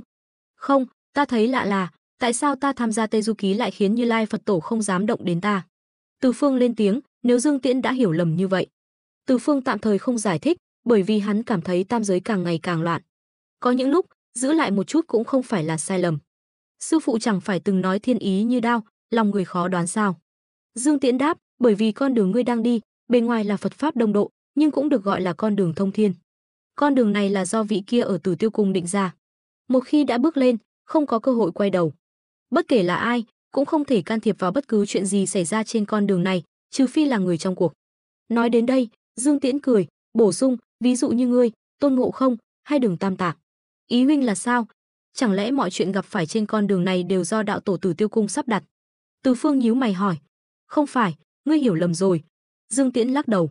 Những gian nan hiểm trở hiện nay trên con đường này là do Phật môn liên thủ với đạo môn và thiên đình định ra. Dương Tiễn phẩy tay, không gian xung quanh đột ngột biến đổi. Cảm nhận được sự giam cầm của không gian, Từ Phương hiểu rằng những gì Dương Tiễn sắp nói chắc chắn là bí mật tam giới. Quả nhiên, vẻ mặt Dương Tiễn trở nên nghiêm trọng hơn, đạo tổ Tử Tiêu Cung chỉ định ra con đường thông thiên, còn những chuyện xảy ra trên đường là do ba bên kia liên thủ sắp đặt. Nói cách khác, những người các ngươi đi thỉnh kinh chỉ có thể gặp kiếp nạn trên đường, chịu tổn thương từ kiếp nạn. Ngươi đã sớm đắc tội với Phật môn, Nếu ngươi công khai can thiệp vào Phật pháp Đông Độ, cũng đồng nghĩa với việc can thiệp vào con đường thông thiên. Như vậy, Như Lai sẽ có đủ lý do để bem ngươi một cách quang minh chính đại. Nhưng hiện tại, ngươi đã bước lên con đường thông thiên do đạo tổ định ra, Như Lai chắc chắn không dám trực tiếp ra tay với ngươi. Đó là lý do tại sao ta nói ngươi đã đi một nước cờ hay. Bởi vì nếu trực tiếp động thủ với ngươi, cho dù là thánh nhân phương Tây ra mặt cũng vô dụng. Vì vậy, Như Lai chỉ có thể ngấm ngầm ra tay với ngươi trên đường Tây Du. Với thực lực của ngươi, hẳn là có đối sách rồi chứ. Lời của Dương Tiễn khiến Từ Phương hoàn toàn hiểu rõ quy tắc của con đường này. Nói đơn giản, Hồng quân của Tử Tiêu cung giống như trọng tài của trận đấu, dùng thân phận của mình để trấn áp tam giới, đảm bảo con đường thông thiên công bằng, công chính. Bất kỳ ai không phải người tham gia đều không được can thiệp. Vậy huynh giữ vai trò gì trong chuyện này? Từ Phương hỏi. Dương Tiễn mỉm cười, chuyện này liên quan đến bí mật lớn nhất của tam giới. Đáng tiếc, ngươi hiện tại chưa đủ tư cách để biết. Đợi đến ngày ngươi đạt đến cảnh giới chuẩn thánh, dù ta không nói, ngươi cũng tự biết. Dương Tiễn vỗ vai Từ Phương, những gì nên nói ta đã nói rồi. Bây giờ nói đến những gì không nên nói. Ngươi định đặt tam muội của ta ở vị trí nào? Nhắc đến chuyện này, Từ Phương cảm thấy đau đầu. Hắn biết rõ tình cảm của Dương Thiền dành cho mình, nhưng hiện tại không phải lúc thích hợp để giải quyết chuyện tình cảm. Tuy nhiên, Dương Tiễn luôn tỏ ra thiện chí với mình, giờ lại hỏi thẳng thừng như vậy, khiến hắn khó trả lời. Thôi, chuyện này ngươi tự hiểu là được rồi, không tiện trả lời thì không cần trả lời. Dương Tiễn thở dài, nhìn ra sự khó xử của Từ Phương. Tuy nhiên, tam muội ta từ nhỏ đã yếu đuối, nếu ngươi muốn ở bên nàng, hãy đối xử tốt với nàng. Nếu không muốn, hãy nói rõ với nàng sớm, nếu không để ta biết ngươi phụ bạc nàng, dù hồn phi phách tán, ta cũng sẽ cho ngươi biết hậu quả. Ngươi cũng đừng nghĩ đến chuyện trốn tránh, trên đời này có những người vĩnh viễn không thể trốn tránh trách nhiệm của mình. Dương Tiễn cười, ngươi cũng đừng quá lo lắng, cứ thuận theo tự nhiên là được. Về con đường thông thiên, ta còn một lời cuối cùng muốn nói. Chân Quân cứ nói. Mặc dù ngươi đã chính thức bước lên con đường thông thiên, nhưng hãy nhớ, tuyệt đối không được lười biếng. Dương Tiễn nghiêm túc nói, dù sao công đức trên con đường này cuối cùng cũng sẽ được luận công ban thưởng. Nếu ngươi chỉ nghĩ đến việc hưởng thụ mà không chịu bỏ công sức, thì phần công đức cuối cùng ngươi nhận được chắc chắn sẽ là ít nhất. Còn có chuyện này nữa sao? Từ Phương ngạc nhiên. Trước đây hắn chưa từng nghĩ đến những điều này. Dương Tiễn gật đầu, Tôn Ngộ Không là người do Như Lai chỉ định, trên con đường này cần phải thể hiện nhiều hơn. Hơn nữa, Như Lai vẫn luôn có ý định lôi kéo Tôn Ngộ Không. Ngươi cũng phải nỗ lực hơn, nếu không, Phật pháp Đông Độ có ngươi hay không cũng vậy, vậy thì cần ngươi làm gì? Lời này khiến Từ Phương bật cười. Trước đây hắn đúng là định làm cho có lệ, dù sao hắn cũng biết cốt truyện, đội thỉnh kinh cuối cùng chắc chắn sẽ đến Linh Sơn. Nếu vậy, hắn cần gì phải vất vả? Nhưng giờ xem ra, suy nghĩ này không được. Bởi vì điều này liên quan đến công đức cuối cùng hắn nhận được. Nhìn Từ Phương, Dương Tiễn gật đầu, vỗ vai hắn, xem ra ngươi đã hiểu rồi, vậy ta cũng không nói nhiều nữa. Ngươi cũng đã có chút danh tiếng trong tam giới, nên làm thế nào, chắc chắn ngươi tự biết. Ta hiểu rồi. Từ Phương gật đầu, hắn không còn gì phải do dự nữa. Đã chọn bước lên con đường này, mà con đường này lại do Hồng Quân định ra, thì chắc chắn không thể rút lui. Nếu không, hắn không thể chịu nổi cơn thịnh nộ của Hồng Quân. Nếu đã như vậy, chi bằng cứ ngoan ngoãn đi hết con đường này, cuối cùng nhận được công đức, tính kế Phật môn. Đa tạ huynh đã chỉ bảo, ta hiểu rồi. Từ Phương gật đầu với Dương Tiễn. Dù hắn biết Dương Tiễn nói ra tất cả những điều này phần lớn là vì hạnh phúc của muội muội, nhưng chuyện này liên quan đến bản thân hắn, nên hắn tự nhiên biết ơn Dương Tiễn. Có vài chuyện chỉ cần hiểu trong lòng là được. Dương Tiễn một tiếng. Tên khỉ kia chắc đã về rồi, ngươi mau trở về đi. Nhớ kỹ lời ta. Nói xong, sự giam cầm xung quanh biến mất, thân ảnh Dương Tiễn cũng theo đó mà tan biến. Từ Phương không chần chừ, lập tức hóa thành cầu vồng trở về chỗ Đường Tăng. Tuy nhiên, khi trở lại bên cạnh Đường Tăng, hắn giật mình hoảng hốt, bởi vì hắn thấy Tôn Ngộ Không đang cầm một chiếc mũ khảm hoa vàng, định đội lên đầu. Còn Đường Tăng thì đang ngồi ngay ngắn, giọng nói hơi run rẩy, chiếc mũ này là ta đội từ nhỏ, nếu đội lên, không cần tụng kinh cũng sẽ niệm kinh, không cần hành lễ cũng tự hành lễ. Ai cũng biết, Tôn Ngộ Không từ khi bái nhập môn Hạ Tu Bồ Đề tổ sư ở Linh Đài Phương Thốn Sơn, đã quen biết Từ Phương. Hắn luôn coi Từ Phương là tấm gương, điều hắn muốn học nhất ở Từ Phương, ngoài dung mạo tuấn tú, còn là khí chất nho nhã. Đường Tăng vừa nói đến chuyện không cần hành lễ cũng tự hành lễ, sự tinh danh của Tôn Ngộ Không lập tức bị ném ra sau đầu. Hắn cầm lấy chiếc mũ đội lên đầu, miệng cười khanh khách, "Sư phụ, giờ ngươi không cần chiếc mũ này nữa, vậy tặng cho lão Tôn nhé." "Ngộ Không, dừng tay." Từ Phương lúc này cũng không màng đến việc vạch trần trò lừa bịp vụng về của Đường Tăng, lập tức quát lớn. Người khác không biết huyền cơ trong chiếc mũ này, nhưng Từ Phương thì rõ ràng. Quan Âm cũng thật giảo hoạt, hắn mới rời đi một lát, bà ta đã lập tức đưa mũ cho Đường Tăng, xúi giục Đường Tăng lừa Tôn Ngộ Không đội lên. Kim cô vừa đội lên thì phiền phức rồi. "Sư huynh, huynh đã về rồi, nhìn chiếc mũ này thế nào?" Tôn Ngộ Không nghe thấy tiếng Từ Phương, ngẩng đầu lên, thấy vẻ mặt âm trầm của hắn. Đường Tăng thấy Từ Phương, trong lòng thắt lại, sắc mặt đột nhiên thay đổi. Chỉ còn một chút nữa thôi, một chút nữa là tên khỉ hoang kia đã đội mũ lên rồi, vậy mà Từ Phương lại quay về. Phải biết rằng, Từ Phương không dễ bị lừa như Tôn Ngộ Không. Hơn nữa, nếu so sánh thủ đoạn của hai người, Từ Phương rõ ràng là cao hơn một bậc. Tên khỉ kia hung dữ dị thường, Từ Phương cùng môn phái với hắn, tính tình sao có thể hiền lành được. Hơn nữa, Đường Tăng nhớ rất rõ, dù là Quan Âm Bồ Tát hay chính Từ Phương, đều đã nói, Từ Phương một trận chiến đã tiêu diệt hàng triệu thiên binh. Nếu chọc giận nhân vật như vậy, hắn còn có kết cục tốt đẹp sao? Thấy Tôn Ngộ Không dừng tay, Từ Phương cũng thở phào nhẹ nhõm, may mà mình quay lại kịp thời. Ngộ Không, chiếc mũ này không thể đội. Từ Phương giật lấy chiếc mũ từ tay Tôn Ngộ Không, cười lạnh nhìn Đường Tăng. Nếu Đường không ngại, không bằng tự mình đội lên xem sao. Cái này. Đường Tăng lúc này tim đập thình thịch, mồ hôi trán túa ra, nhất thời không biết làm sao. Tôn Ngộ Không lúc này cũng nhận ra có gì đó không ổn, liền giật lấy chiếc mũ từ tay Từ Phương, nhảy đến bên cạnh Đường Tăng, giật phát chiếc mũ ngũ Phật trên đầu Đường Tăng, rồi đội chiếc mũ khảm hoa vàng lên đầu Đường Tăng. Ngươi niệm. Đường Tăng hoảng hốt. Sau khi Tôn Ngộ Không và Từ Phương rời đi, Quan Âm Bồ Tát đã đưa cho ông ta hai chiếc mũ, bảo ông ta lừa Từ Phương và Tôn Ngộ Không đội lên, còn dạy ông ta hai câu thần chú. Nhưng bây giờ chiếc mũ lại nằm trên đầu ông ta. Sư huynh, có gì không ổn? Tôn Ngộ Không sau khi đội mũ lên đầu Đường Tăng, nhìn một hồi cũng không thấy gì khác thường, bèn nhìn về phía Từ Phương. Từ Phương cười lạnh một tiếng, bước tới gỡ chiếc mũ xuống. Lập tức một sợi kim tuyến xuất hiện trên đầu Đường Tăng. Sợi kim tuyến này dính chặt vào da đầu Đường Tăng, mảnh như sợi tóc, nếu không nhìn kỹ, rất khó phát hiện. Tên đầu chọc giảo hoạt, dám tính kế lão Tôn. Tôn Ngộ Không hét lớn. Đường Tăng đã sớm sợ đến run rẩy, vội vàng nói, đây là một bà lão tặng cho ta. Hừ, chắc chắn là Quan Âm. Tôn Ngộ Không nghiến răng nghiến lợi, giơ kim cô bổng lên, giận dữ đập về phía đầu Đường Tăng. Lão Tôn không thỉnh kinh nữa. Từ Phương không kịp phản ứng, kim cô bổng của Tôn Ngộ Không đã đến trên đầu Đường Tăng. Lúc này, sắc mặt Từ Phương cũng thay đổi. Mắng Đường Tăng hay dạy dỗ hắn một chút cũng không sao, nhưng nếu Đường Tăng chết thì vấn đề lớn rồi. Hiểu được tầm quan trọng của con đường thông thiên, Từ Phương biết rằng Đường Tăng là nhân vật không thể thiếu. Nếu không, tại sao lại chọn Đường Tăng, một người phàm? Nếu Tôn Ngộ Không tức giận mà bem Đường Tăng, kế hoạch Tây Du chắc chắn sẽ thất bại. Không nói đến việc Như Lai có tha cho Tôn Ngộ Không và hắn hay không, chỉ riêng Hồng Quân đạo tổ, người đã vạch ra con đường thông thiên, e rằng cũng sẽ tự mình ra tay, xử lý cả hắn và Tôn Ngộ Không, hai tên đồng lõa làm điều ác. Nói thì chậm mà xảy ra thì nhanh, ngay khi Đường Tăng sắp mất mạng, Từ Phương đã nhanh chóng đỡ lấy kim cô bổng. Ngộ Không, dừng tay, không được bem hắn. Từ Phương vội vàng nói. Tôn Ngộ Không lúc nãy cũng chỉ là nóng giận nhất thời, giờ bị Từ Phương ngăn lại, mắt đỏ hoe, nhìn chằm chằm Đường Tăng, nhưng cũng nghe lời Từ Phương, hạ kim cô bổng xuống. Đường Tăng thở phào nhẹ nhõm, trong lòng dâng lên một nỗi chua xót. Từ khi rời Trường An, ông ta đã trải qua muôn vàn khó khăn mới đến Ngũ Hành Sơn. Trên đường gặp không ít sói, hổ, báo. Ông ta cứ nghĩ rằng có hai hộ vệ thần thông quảng đại này, khổ nạn của mình đã kết thúc, ai ngờ hai hộ vệ này mới chính là nguồn gốc của mọi khổ nạn. Thái Bạch Kim Tinh lão già kia còn đáng tin cậy không? Không phải nói có thần Phật che chở sao? Đây là cái quái gì mà che chở chứ? Đường Tăng thầm nghĩ, chuyện này chắc chắn là do Quan Âm giở trò. Tôn Ngộ Không nhìn chằm chằm Đường Tăng, lão Tôn sẽ đi tìm mụ ta tính sổ. Còn tên đầu chọc này, đợi lão Tôn đánh chết Quan Âm rồi sẽ quay lại tính sổ với ngươi. Tuy nhiên, ngay khi Tôn Ngộ Không chuẩn bị bay đi, đột nhiên một tiếng rồng ngâm vang lên. Ngay sau đó, một con rồng bạc dài trăm trượng đột nhiên bay ra khỏi khe núi, lao thẳng về phía Đường Tăng. Trong nháy mắt, Từ Phương đã nhanh tay, tung cú đấm phải về phía con rồng bạc. Ầm, cú đấm trực tiếp đánh vào đầu con rồng. Tuy nhiên, con rồng bạc dường như không để Từ Phương vào mắt, há miệng nuốt chửng cả Từ Phương và Đường Tăng. Hừ, tìm chết. Từ Phương cười lạnh, thân hình đột nhiên biến lớn. Đồng thời, cú đấm cũng đã chạm vào đầu con rồng. Rắc, một chiếc chân rồng gãy lìa. Đến lúc này, con rồng bạc mới cảm nhận được nguy hiểm chết người.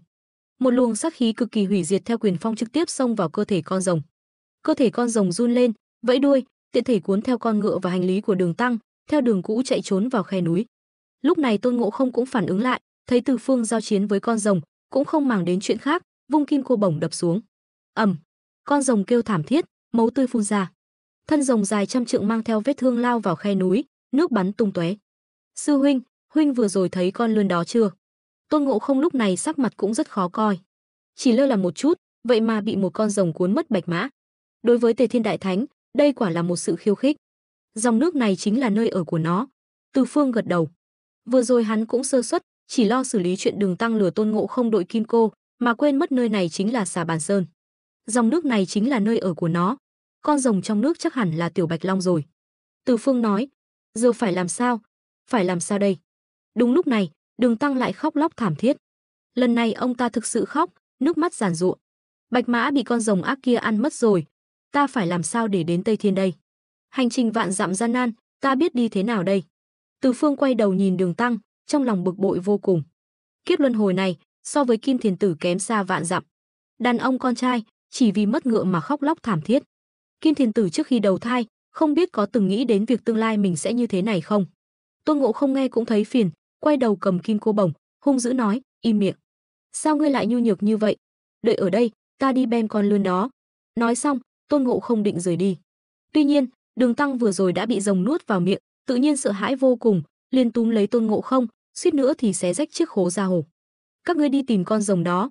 Đường Tăng quay đầu nhìn Từ Phương, khóc lóc nói, nếu hai người đi rồi, con rồng ác kia lại xuất hiện ăn thịt ta thì sao? Hai.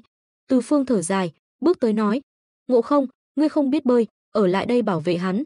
Ta đi xem sao. Sau khi nghe lời Dương Tiễn, Từ Phương cũng hiểu rằng mình không thể làm cho có lệ như trước nữa. Mặc dù hắn biết con Tiểu Bạch Long trong khe núi sẽ trở thành tọa kỵ của Đường Tăng, nhưng hắn phải giả vờ như không biết chuyện này. Nếu không, sau này luận công ban thưởng, công đức của hắn chẳng phải là ít đi một phần sao? Tôn Ngộ Không tự nhiên tin tưởng vào thủ đoạn của Từ Phương, liền gật đầu. Sau đó, Từ Phương men theo dòng nước đi xuống. Nhìn từ trên xuống, dòng nước trong vắt, nhưng khi đi sâu vào trong, Từ Phương lại phát hiện ra một cảnh tượng khác. Một cung điện nguy nga tráng lệ, trên đó có ngọc bích lấp lánh, châu báu rực rỡ, khí thế phi phàm. Từ Phương suy nghĩ một lát, thi triển thuật ẩn thân, rồi đi vào cung điện. Gần đây, hắn càng ngày càng cảm thấy được sự hữu ích của thuật ẩn thân. Mặc dù đối với một số người có tu vi cao thâm thì không có tác dụng, ví dụ như Dương Tiễn, nhưng đối với những người có tu vi thấp hơn hắn, vẫn có tác dụng không nhỏ. Giữa cung điện, trên một chiếc giường ngọc bích, Tiểu Bạch Long đã hóa thành hình người, máu trên trán chảy ròng ròng. Một nha hoàn đang cẩn thận băng bó vết thương cho hắn. Chiếc sừng rồng bị gãy khiến nha hoàn phải hết sức cẩn thận. Điện hạ, ngài đã biết nhà sư kia là người đi thỉnh kinh, tại sao không trực tiếp nói rõ thân phận? Nếu không cũng sẽ không bị thương như vậy. Nha hoàn nói. Có thể thấy, nha hoàn này bình thường có quan hệ khá tốt với Tiểu Bạch Long, nếu không cũng không dám nói những lời này. Tiểu Bạch Long hừ lạnh, năm đó, ta chỉ vô tình làm cháy viên minh châu của Tây Hải Tặc Long, hắn đã lập tức tâu lên thiên đình. Ngọc Đế phán ta tội bất kính, may mà có Quan Âm Bồ Tát ra tay cứu giúp, để ta bảo vệ người đi thỉnh kinh của đại đường. Nhưng tại sao ta chỉ có thể làm tọa kỵ? Rõ ràng, việc trở thành tọa kỵ của người khác, hơn nữa lại là tọa kỵ của một người phàm, khiến Tiểu Bạch Long rất bất mãn. Nhà sư kia chẳng qua chỉ dựa vào việc mình là kiếp luân hồi của Kim Thiền Tử mà thôi. Còn Tôn Ngộ Không, năm đó cũng chỉ là bật mã ôn đại náo thiên cung. Còn Từ Phương, năm đó hắn một trận chiến đổ sát hàng triệu thiên binh thiên tướng, bây giờ vẫn bị thiên đình truy nã. Mấy người bọn họ, tại sao đều có thể hàng yêu phục ma, tu thành chính quả, còn ta lại chỉ có thể làm tọa kỵ, bị Đường Tăng sỉ nhục suốt dọc đường. Tiểu Bạch Long nói. Nha hoàn thở dài, không biết nên nói gì. Cô ta biết tâm trạng của Tiểu Bạch Long hiện tại không ổn định, nên không nói gì nữa, mà tiếp tục cẩn thận chăm sóc vết thương cho hắn. Đáng tiếc, Tiểu Bạch Long vẫn chưa hết giận, bất bình nói, ta cũng là chân long, pháp lực cao cường, tu vi thái ất kim tiền. Hôm nay nếu không ra tay trấn áp bọn họ một phen, sau này làm sao ta có thể ngóc đầu lên được. Nói đến đây, Tiểu Bạch Long đột nhiên xì hơi, đập mạnh tay xuống giường ngọc, thở dài, đáng tiếc, pháp lực của Tôn Ngộ Không và Từ Phương lại cao thâm như vậy, chỉ một chiêu đã đánh ta bị thương. Danh bất hư truyền. Từ Phương âm thầm nghe Tiểu Bạch Long than thở, cũng hiểu được ý của hắn. Hắn cũng giống như mình và Tôn Ngộ Không, muốn lập uy. Cũng khó trách hắn vừa xuất hiện đã lao thẳng đến Đường Tăng. Chỉ tiếc, tu vi không đủ, lập uy lại bị đánh. Tuy nhiên, theo nguyên tắc Tây Du Ký, Tiểu Bạch Long không phải bị phụ thân là Tây Hải Long Vương tố cáo lên thiên đình sao? Tại sao Tiểu Bạch Long nhắc đến Tây Hải Long Vương lại không hề có chút tôn kính nào, mà còn gọi là Tây Hải Tặc Long? Suy nghĩ kỹ một chút, Từ Phương đột nhiên hiểu ra. Trong nguyên tắc, Tiểu Bạch Long được gọi là đứa con bất hiếu. Bất hiếu thì dễ hiểu, còn mê nghĩa là không phân biệt được cha mẹ. Điều này rất thú vị. Đứa con bất hiếu không phân biệt được cha mẹ, chẳng lẽ Tiểu Bạch Long là do Tây Hải Long mẫu gian díu với người khác mà sinh ra? Nếu vậy thì cũng có lý. Tây Hải Long Vương bị cắm sừng, nhưng lại không thể công khai chuyện này, nếu không thì Tây Hải mất mặt. Đối với đứa con bất hiếu này, Tây Hải Long Vương tự nhiên không vừa mắt, chỉ cần một chút chuyện nhỏ cũng tâu lên thiên đình muốn bem Tiểu Bạch Long. Dù sao cũng không phải con ruột, không hề đau lòng. Cũng may có Quan Âm Bồ Tát bảo lãnh, nếu không Tiểu Bạch Long e rằng đã bị người ta bem trước rồi. Nghĩ đến đây, Từ Phương cũng có chút thông cảm cho sự bất mãn của Tiểu Bạch Long. Tuy nhiên, thông cảm thì thông cảm, chuyện này chung quy cũng không liên quan đến hắn. Việc hắn cần làm là nỗ lực trên con đường thông thiên này. Khụ khụ, Từ Phương ho nhẹ một tiếng, hiện thân. Tiểu Bạch Long giật mình, vung tay lên, một thanh trường kiếm bạc xuất hiện trong tay. Tên cẩu tặc, ngươi còn dám đuổi theo ta đến tận cung điện này? Tiểu Bạch Long quát, con lươn nhỏ này, nói chuyện thật vô lý. Ngươi ăn bạch mã của ta, tại sao ta lại thành cẩu tặc? Chẳng lẽ ta phải để ngươi ăn bạch mã của ta sao? Từ Phương mỉm cười, hơn nữa, tại sao ta không dám đến đây? So về thực lực, loại gà mờ như ngươi, ta chỉ cần một cái búng tay là có thể bem chớt. Hừ, nói khoác, nếu không phải ngươi và tên khỉ kia ỷ đông hiếp yếu, ta sao lại thua ngươi? Tiểu Bạch Long cười lạnh, đừng tưởng ta sợ ngươi. Nói xong, Tiểu Bạch Long vung trường kiếm, tạo thành một đóa kiếm hoa, đâm thẳng về phía Từ Phương. Tuy nhiên, Từ Phương lại không hề hoảng hốt, đợi đến khi mũi kiếm đến trước mặt, mới đưa hai ngón tay ra kẹp lấy trường kiếm. Tiểu Bạch Long kinh hãi, một kiếm lại bị Từ Phương kẹp bằng hai ngón tay. Tuy nhiên, hắn vẫn không cam tâm, lòng kiêu hãnh của Tây Hải Long Thái tử trỗi dậy, Tiểu Bạch Long buông trường kiếm, trực tiếp hóa thành bản thể.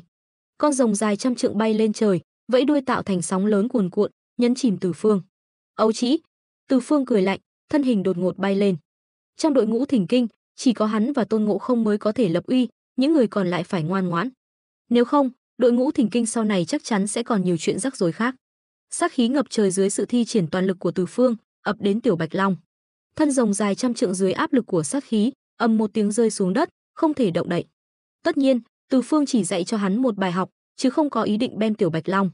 Con rồng này dù sao cũng là tọa kỵ do Quan Âm chọn, hơn nữa bản chất của hắn cũng chỉ là một đứa trẻ bị cơn giận làm mờ mắt.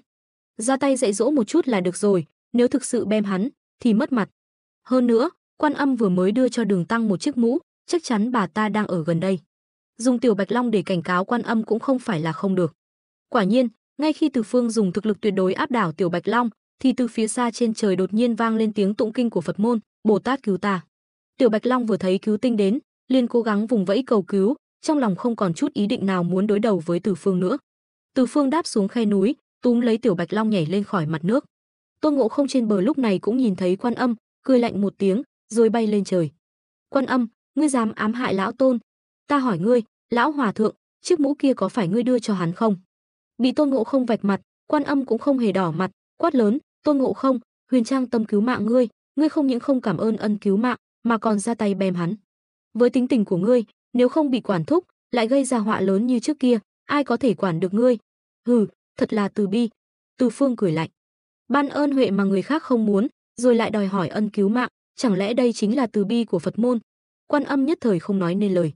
Từ Phương lại chỉ vào Tiểu Bạch Long bị hắn ném dưới đất, bây giờ lại đặt con rồng bất hiếu này ở dọc xuyên kiếm, để nó ăn bạch mã của Đường Tăng, đây cũng là từ bi của Phật môn sao? Bạch mã có tội tình gì? Bị Từ Phương chất vấn liên tục, Quan Âm mặt lạnh tanh, quát, A Liệt, ngựa của Huyền Trang có phải ngươi ăn không? Tiểu Bạch Long bị Từ Phương áp chế, không thể hóa thành hình người, chỉ có thể gắng gượng nói, oan uổng. Bồ Tát, Tiểu Long từ khi được Bồ Tát giáo huấn, đã luôn ở đây chờ người đi thỉnh kinh, nhưng lại vẫn chưa chờ được. Hôm nay cũng là vì bụng đói, bất đắc dĩ mới ăn ngựa của hắn. Kết quả hai người bọn họ có chút pháp lực đã đánh ta bị thương, chưa từng nhắc đến nửa lời về người đi thỉnh kinh. Hừ, ngươi thật giỏi ngụy biện. Từ Phương sắp không chịu nổi nữa, cười lạnh nói. Ở dọc xuyên kiếm hoang vu hẻo lánh này, bây giờ có một nhà sư đến, ngươi không phân biệt đúng sai đã ra tay, có cho chúng ta cơ hội nói chuyện không? Hơn nữa, ngươi đang đánh trống lảng, cho dù chúng ta không phải người đi thỉnh kinh, chẳng lẽ ngươi có thể nuốt bạch mã sao? Phật môn giảng về chúng sinh bình đẳng, Quan Âm Bồ Tát, đây chính là bình đẳng mà Phật nói sao? Cuối cùng, ánh mắt Từ Phương đã nhìn về phía Quan Âm trên không trung. Đối với Từ Phương, Quan Âm Bồ Tát luôn rất đau đầu. Tuy nhiên, Từ Phương rất thông minh, đã bước lên con đường thông thiên, bà ta cũng không tiện ra tay với hắn. Nghe vậy, bà ta chỉ có thể nói, thôi, hai người đừng cãi nhau nữa. Sau này trên đường Tây Du, còn có người quy y Huyền Trang. Nếu gặp phải các ngươi, có thể nói trước về việc thỉnh kinh, như vậy tự nhiên sẽ quy y. Ha ha ha, Bồ Tát, lời này của người thật vô lý. Từ Phương chỉ vào Tiểu Bạch Long, chuyện con rồng bất hiếu này nuốt bạch mã còn chưa giải quyết, bây giờ người lại nói chúng ta phải tự xưng danh tính. Đường Tây 10 vạn 8.000 dặm, Đường Tăng là người phàm không thể bay, không biết sẽ gặp bao nhiêu yêu ma. Nếu mỗi lần gặp nạn đều phải tự xưng là người đi thỉnh kinh, chẳng phải tự chuốc lấy phiền phức sao? Ý của hắn rất đơn giản, Quan Âm Bồ Tát dù có bản lĩnh cao cường đến đâu, chẳng lẽ có thể dẹp yên mọi kiếp nạn trên đường đi? Đường Tăng là kiếp luân hồi của Kim Thiền Tử, thậm chí sau này còn có lời đồn rằng ăn một miếng thịt của ông ta có thể trường sinh bất lão. Nếu gặp yêu ma, lại tự xưng là người đi thỉnh kinh, chẳng phải tự rước họa vào thân sao? Ấn tượng của hắn về Phật môn vốn đã không tốt, bây giờ vì Quan Âm Bồ Tát mà càng thêm chán ghét.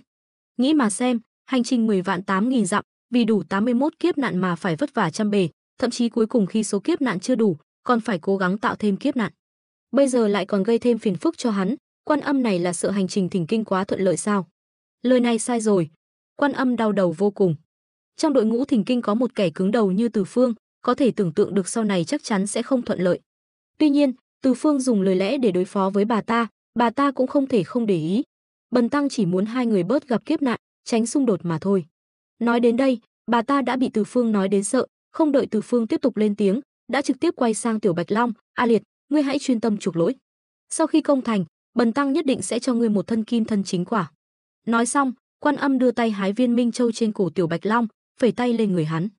Tiên khí thổi qua, Tiểu Bạch Long lập tức biến thành một con bạch mã tuấn tú, miệng ngậm dây cương, hí vang. Thấy Quan Âm né tránh vấn đề của mình, Từ Phương cũng biết rằng không thể nào lợi dụng được Quan Âm. Dù sao nếu bà ta đã quyết tâm không để ý đến mình, hắn cũng không thể ra tay bem bà ta. Hơn nữa, tu vi của Quan Âm không yếu, hắn có thể đánh bại bà ta hay không còn chưa biết. Tuy nhiên, sự việc đã đến nước này, Từ Phương vẫn giữ ý định nhổ lông vịt, liền kéo Tôn Ngộ Không lại, nói: "Bồ Tát, đường Tây 10 vạn 8.000 dặm, lại có vô số kiếp nạn. Ta và Ngộ Không tuy có chút thần thông, nhưng chung quy vẫn thế đơn lực bạc. Hơn nữa, Đường Tăng là người phàm, không biết khi nào mới đến được Tây Thiên. Trước đây người đã cho ta 3 giọt nước thần, nhưng Ngộ Không vẫn chưa có gì. Bồ Tát không thể thiên vị như vậy chứ." Quan Âm suy nghĩ một lát, hái 3 chiếc lá liễu, thổi tiên khí vào, dán lên sau gáy Tôn Ngộ Không, bần tăng tặng cho Ngộ Không một chút bản lĩnh. 3 sợi lông cứu mạng này có thể tùy cơ ứng biến khi gặp phải tình huống không thể giải quyết. Bây giờ bà ta bị Từ Phương làm phiền đến mức không còn cách nào khác, chỉ cần đuổi được Từ Phương đi là tốt rồi. Quan Âm rời đi, mang theo cả bụng ấm ức. Ban đầu định đội kim cô lên đầu Tôn Ngộ Không, nhưng lại vô tình đội lên đầu Đường Tăng. Không chỉ vậy, còn bị Từ Phương tống tiền 3 chiếc lá liễu. Lá liễu này cũng chứa đựng pháp lực to lớn của Quan Âm, không phải vật tầm thường. Nhìn Quan Âm rời đi, Từ Phương và Tôn Ngộ Không nhìn nhau cười, sau đó nhìn về phía Tiểu Bạch Long. Tiểu Bạch Long lúc này đã hóa thành bạch mã, ngoan ngoãn cúi đầu, không còn chút kiêu ngạo như trước nữa. Dù sao hắn cũng đã bị Từ Phương đánh cho một trận tơi bời, đối phương thậm chí còn chưa ra tay hết sức đã áp chế hắn đến mức không thể động đậy. Nếu thực sự giao chiến, Tiểu Bạch Long nghi ngờ mình có thể sống sót qua một hiệp hay không. Quả nhiên danh bất hư truyền, vị thần tướng từng chém bem hàng triệu thiên binh thiên tướng. Tiểu Bạch Long thầm nghĩ. Từ Phương đánh giá Tiểu Bạch Long từ trên xuống dưới, cười nham hiểm, Ngộ Không, sau này trên đường Tây Du nếu không tìm được đồ ăn chay, con ngựa này nếu không nghe lời, không bằng nướng lên làm lương khô. Tôn Ngộ Không bên cạnh cũng liên tục gật đầu, cười toe toét, lão Tôn 500 năm chưa từng ăn mặn, bây giờ lại có đồ ăn tự dâng đến cửa rồi. Ánh mắt của hai người nhìn vào Tiểu Bạch Long khiến hắn run rẩy. Đúng là gừng càng già càng cay. Hắn đã giao đấu với Từ Phương và Tôn Ngộ Không rồi, hiểu rõ khoảng cách giữa mình và cao thủ thực sự. Hành trình Tây Du còn dài, sau này hắn còn phải nhờ vào hai người này chiếu cố, tuyệt đối không thể làm mất lòng bọn họ.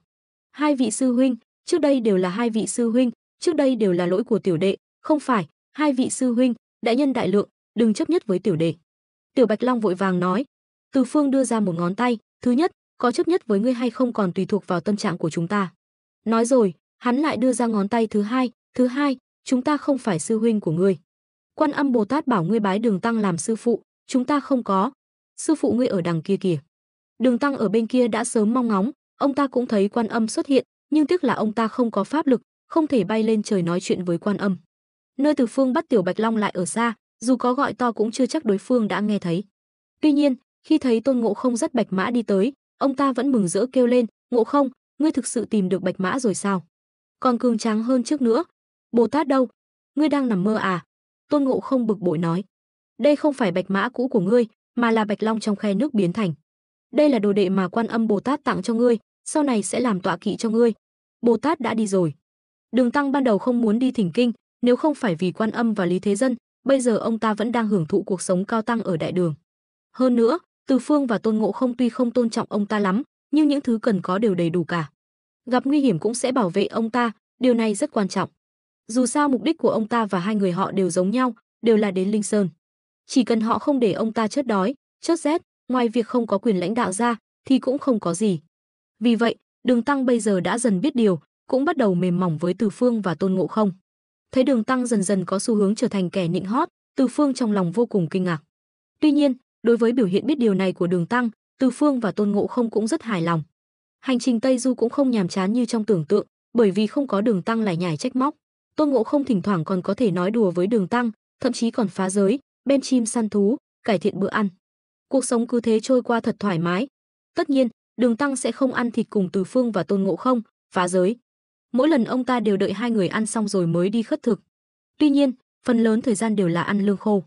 Bây giờ khó khăn lắm mới nhìn thấy một ngôi chùa trong rừng, Đường Tăng đã chán ngấy lương khô mừng rỡ vô cùng, vội vàng tiến lên nói, Từ Phương, Ngộ Không, các ngươi xem phía trước là nơi nào. Hiện tại, mối quan hệ giữa Từ Phương, Tôn Ngộ Không và Đường Tăng đã được cải thiện đáng kể nhờ sự thay đổi của Đường Tăng. Sư phụ, đừng vội, để ta đi dò la trước. Từ Phương nói. Vì không còn ý định làm cho có lệ nữa, nên Từ Phương chuyện gì cũng phải tự mình làm. Cũng may sau này sẽ được chia thêm công đức. Chỉ tội nghiệp cho Tôn Ngộ Không, vốn là nhân vật chính, giờ lại bị đẩy xuống làm nhân vật phụ. Tuy nhiên, Tôn Ngộ Không là người do Phật môn sắp đặt, hắn có nỗ lực bao nhiêu cũng không quan trọng. Từ Phương để Tôn Ngộ Không ở lại bảo vệ Đường Tăng, rồi một mình đi đến ngôi chùa trong rừng. Đây là một ngôi chùa, lầu các trùng điệp, điện thờ nguy nga tráng lệ, cây tùng cây bách soi bóng xuống làn sương đỏ. Quan Âm Thiền Viện. Nhìn thấy tấm biển trên cổng chùa, Từ Phương không khỏi mỉm cười. Không ngờ lại đến địa bàn của Quan Âm rồi. Đúng lúc này, từ trong chùa đột nhiên đi ra một nhóm nhà sư. Tuy nhiên, khi nhìn thấy những nhà sư này, Từ Phương lập tức sững sờ. Tại sao? Bởi vì trang phục của những nhà sư này thực sự quá khác người. Trên đầu đội mũ cà sa màu vàng tươi, trên người khoác áo cà sa mới tinh, eo thắt đai lụa, chân đi giày cỏ, tay cầm mõ cá vàng óng. Nếu chỉ như vậy thì cũng không có gì, điều khiến Từ Phương kinh ngạc nhất là trên tai của những nhà sư này, mỗi người đều đeo khuyên tai bằng đồng. Đây là một nhóm nhà sư thời thượng à? Từ Phương thầm nghĩ. Trong lúc Từ Phương đang quan sát những nhà sư này, Tôn Ngộ Không bên kia đã không đợi được nữa, dắt Đường Tăng cưỡi bạch mã đi tới. Vừa nhìn thấy những nhà sư này, Đường Tăng chỉ nghĩ đến cơm canh nóng hổi. Đối với trang phục của những nhà sư này, tuy có chút ngạc nhiên, nhưng cũng không biểu hiện ra ngoài, bởi vì ông ta không muốn gây chuyện. Nhập ra tùy tục là được rồi. Lúc này, nhóm nhà sư rõ ràng cũng đã nhìn thấy Đường Tăng.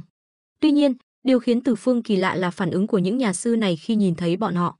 Nói về ngoại hình, Đường Tăng trông trắng trẻo, nho nhã, nếu không thì trên đường đi thỉnh kinh cũng sẽ không có nhiều yêu nữ muốn kết hôn với Đường Tăng như vậy. Còn Từ Phương, ngoại hình của hắn khác với Đường Tăng, hắn có vẻ ngoài trầm ổn, tuấn tú. Tuy cùng với Đường Tăng đều có thể dùng chữ đẹp trai để hình dung, nhưng rõ ràng là hai kiểu đẹp trai khác nhau. Kinh khủng nhất chính là Tôn Ngộ Không. Tôn Ngộ Không cao chưa đến 4 thước, khuôn mặt dữ tợn, toàn thân lông vàng cộng thêm cái miệng rộng, tuyệt đối có thể dọa trẻ con khóc thét.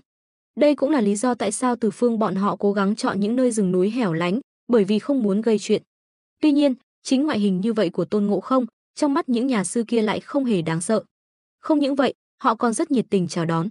Mấy người này, chẳng lẽ coi chúng ta là trò mua vui sao? Từ Phương nhìn Tôn Ngộ Không, trong đầu nảy ra một ý nghĩ nghịch ngợm. Bần tăng là người đến từ Đông Thổ Đại Đường. Đường Tăng dù sao cũng là nhà sư, có sự thân thiết tự nhiên với các nhà sư khác. Sau một hồi chào hỏi theo lệ thường, các nhà sư liền rất nhiệt tình dẫn Đường Tăng vào chùa, đi vào trong. Tất nhiên, trong sự nhiệt tình này, Từ Phương đã tinh ý phát hiện ra một tia tham lam. Quả nhiên có vấn đề, Từ Phương thầm nghĩ, nhưng cũng không biểu hiện ra ngoài, mà đi theo họ vào trong. Sư huynh, trang phục của đám người này thật khó tả. Tôn Ngộ Không ghé sát vào tai Từ Phương, nhỏ giọng nói. Đây là Quan Âm Thiền Viện, không ngờ tín đồ của Quan Âm lão yêu bà kia đều ăn mặc như vậy, thẩm mỹ thật kém. Ngôi chùa này không bình thường, cẩn thận một chút. Từ Phương gật đầu, không tham gia vào lời phàn nàn của Tôn Ngộ Không. Đường Tăng bên kia tự nhiên cũng nhìn thấy 4 chữ Quan Âm Thiền Viện, vừa đi vừa nói, đệ tử nhiều lần được Bồ Tát ban ơn, vẫn chưa được tạ ơn. Giờ đến thiền viện, nhất định phải thành tâm bái tạ. Ha ha, Đường Tăng nói rất đúng. Trong nhóm nhà sư, một người lên tiếng cười nói. Trong đại điện có kim thân của Bồ Tát, Đường Tăng có thể đến đó bái tạ. Đường Tăng gật đầu, đi theo nhóm nhà sư vào đại điện, sau đó nhìn kim thân Quan Âm hùng vĩ trong điện, ông ta liền quỳ rạp xuống đất, hành lễ bái lạy. Lễ bái lạy này của ông ta thực ra có ẩn ý. Trong Phật môn, tôi đã dịch hết nội dung trong file TXT, không thêm thắt bất kỳ nội dung nào. Đây là nghi thức cao quý nhất. Đường Tăng là tín đồ Phật giáo, lại là người được Quan Âm Bồ Tát chọn lựa đi Tây Thiên thỉnh kinh, khi đối diện với tượng vàng Quan Âm, tất nhiên phải làm lễ cao nhất. Tôn Ngộ Không vốn tính tình hiếu động, thấy Đường Tăng quỳ lạy, liền tò mò nhìn quanh. Thấy cái chuông lớn ở thiên điện, Ngộ Không liền nhảy lên, hít một hơi thật sâu rồi dùng đầu húc mạnh vào chuông. Trong chốc lát, tiếng chuông vang dội khắp chùa. Ngộ Không sức mạnh phi thường, tiếng chuông inh tai nhức óc khiến đám tăng nhân vội vàng nói với Đường Tăng, Thánh Tăng, mau dậy bảo con khỉ của ngài đừng đánh chuông nữa.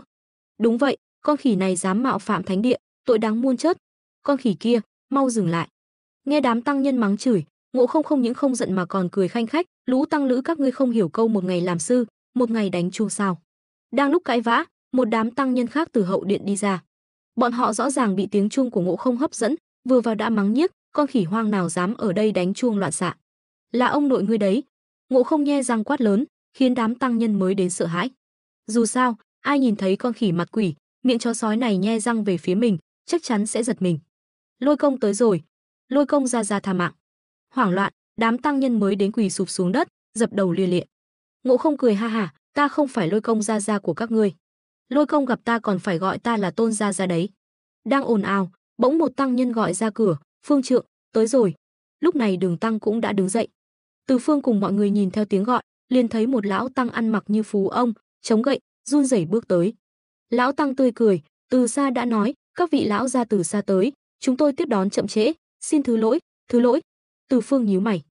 Đây là lần đầu tiên hắn nghe thấy người xuất gia gọi người khác là lão gia, nhất là với Đường Tăng, một cao tăng đắc đạo, lẽ ra phải gọi là thánh tăng, đại sư hay trưởng lão chứ. Lúc này, Tôn Ngộ Không cũng thấy lão tăng, liền nhe răng, nhảy tới, ngươi gọi chúng ta là lão gia. Ha ha ha, thật thú vị. Lão Phương Trượng giật mình, suýt ngã. Đường Tăng vội vàng chạy tới đỡ, nói, lão Phương Trượng đừng sợ, hắn là hộ vệ của bần tăng, tuy tướng mạo hung dữ nhưng bản tính rất hiền lành. Đừng sợ. Nghe Đường Tăng giải thích, lão Phương Trượng mới đứng vững, chắp tay nói, mời các vị lão gia vào trong dùng trà.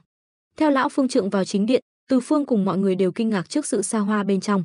Nhìn từ bên ngoài, đây chỉ là một thiền phòng bình thường, nhưng bên trong lại được trang hoàng lộng lẫy. Đồ dùng, vật dụng, từ ăn uống, giải trí đến sinh hoạt, đều rát vàng lấp lánh. Mọi người ngồi xuống, lão Phương Trượng mới lên tiếng, vừa rồi nghe tiểu tăng bẩm báo có các vị lão gia từ đại đường đến, tôi mới ra nghênh tiếp, mong các vị lão gia đừng trách tội. Đường Tăng vội xua tay, nói không dám. Từ Phương nhìn hai tăng nhân giả tạo, trong lòng càng thấy ngôi chùa này kỳ quái. Gọi tăng nhân là lão gia, gọi đệ tử mình là tiểu tăng, chỗ nào giống người xuất gia, rõ ràng là tác phong của bọn sơn tặc. Nghĩ đến sơn tặc, Từ Phương nhìn cách ăn mặc của lão tăng, trong lòng càng thêm nghi ngờ. Một chiếc mũ ni rát vàng lấp lánh, đính một viên ngọc mèo lớn, trên người mặc áo lông trồn thêu kim tuyến, viên ngọc bích lóa mắt, giày đính 8 loại đá quý khác nhau, tay chống gậy sáng loáng. Lão tăng này sao lại giàu có như vậy? Tiền của hắn từ đâu ra? Phải biết rằng dọc đường đi hàng ngàn dặm, Từ Phương chưa từng thấy bóng người, ngay cả việc khất thực cho Đường Tăng cũng phải bay hàng ngàn dặm mới có. Mà chùa Quan Âm này nằm ở nơi hoang vắng, lấy đâu ra hương khách? Không có hương khách thì đám tăng nhân này lấy gì mà ăn mặc, sinh hoạt? Huống chi thiền phòng của lão tăng lại xa hoa như vậy, ăn mặc lại loè loẹt như thế. Chỉ có một khả năng, đám tăng nhân trong chùa này chắc chắn không trong sạch. Liên tưởng đến việc trong nguyên tắc, đám tăng nhân này tham lam khi thấy áo cà sa của Đường Tăng, Từ Phương càng hiểu rõ, đám tăng nhân này chỉ sợ là một lũ cướp. Chỉ có như vậy, khi gặp người qua đường, chúng mới cướp bóc, thậm chí còn phái người đến các vùng lân cận để cướp của, tiền tài mới đến nhanh chóng. Đúng lúc này, một tiểu sa di bưng ấm ngọc bích vào rót trà. Ánh mắt Đường Tăng lập tức bị bộ trà cụ này thu hút. Trà cụ tốt, bảo bối tốt. Với địa vị của Đường Tăng ở đại đường, thứ tốt gì mà chưa từng thấy.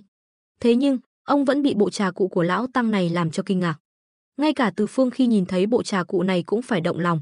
Nói không hoa, bất kỳ món nào trong bộ trà cụ này mang ra ngoài cũng đủ để gọi là vô giá. Lão Phương Trượng thấy vẻ mặt Đường Tăng, trong lòng thầm cười, ngươi đúng là đồ nhà quê, nếu không cho ngươi mở mang tầm mắt thì làm sao kích ngươi lấy bảo bối ra. Hề hề, bộ trà cụ nhỏ này làm bẩn mắt các vị lão gia rồi. Lão Tăng cười nói, các vị lão gia đến từ kinh đô, chắc hẳn đã thấy không ít kỳ chân dị bảo, thứ này của tôi có đáng là gì? Không biết các vị lão gia có bảo bối gì không, cho tôi xem thử được không? Nghe vậy, Đường Tăng chột dạ. Trước khi khởi hành, Đường Thái Tông Lý Thế Dân đâu có cho ông thứ gì tốt, ngay cả áo cà sa và gậy như ý cũng là của Quan Âm Bồ Tát cho. Nhưng ông không muốn lấy những thứ này ra khoe khoang, liền nói, lão Phương Trượng quá lời rồi, bần tăng nào có bảo bối gì. Hơn nữa, dù có thì đường xá xa xôi, bần tăng cũng không thể mang theo người. Ông cũng không ngốc, rõ ràng đã nhìn ra sự khác thường của ngôi chùa này. Tôn Ngộ Không đứng bên cạnh đã sớm không vừa mắt sự khoe khoang của lão Phương Trượng, nghe vậy liền cười lạnh, trong hành lý của chúng ta chẳng phải có áo cà sa sao? Bảo bối này mà lấy ra, chắc chắn sẽ khiến lão tăng này câm miệng. Lời vừa nói ra, đám tăng nhân xung quanh cười ồ lên. Có tăng nhân còn chế giễu, tên nhà quê này lại coi áo cà sa là bảo bối.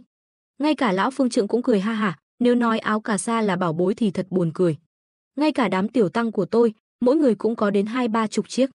Còn tôi, làm sư ở đây đã 250-60 năm rồi, cũng có đến 700-800 chiếc. Nói đến đây, lão tăng quay đầu nói, tiểu tăng, mở kho ra, lấy áo cà sa cho bọn họ xem.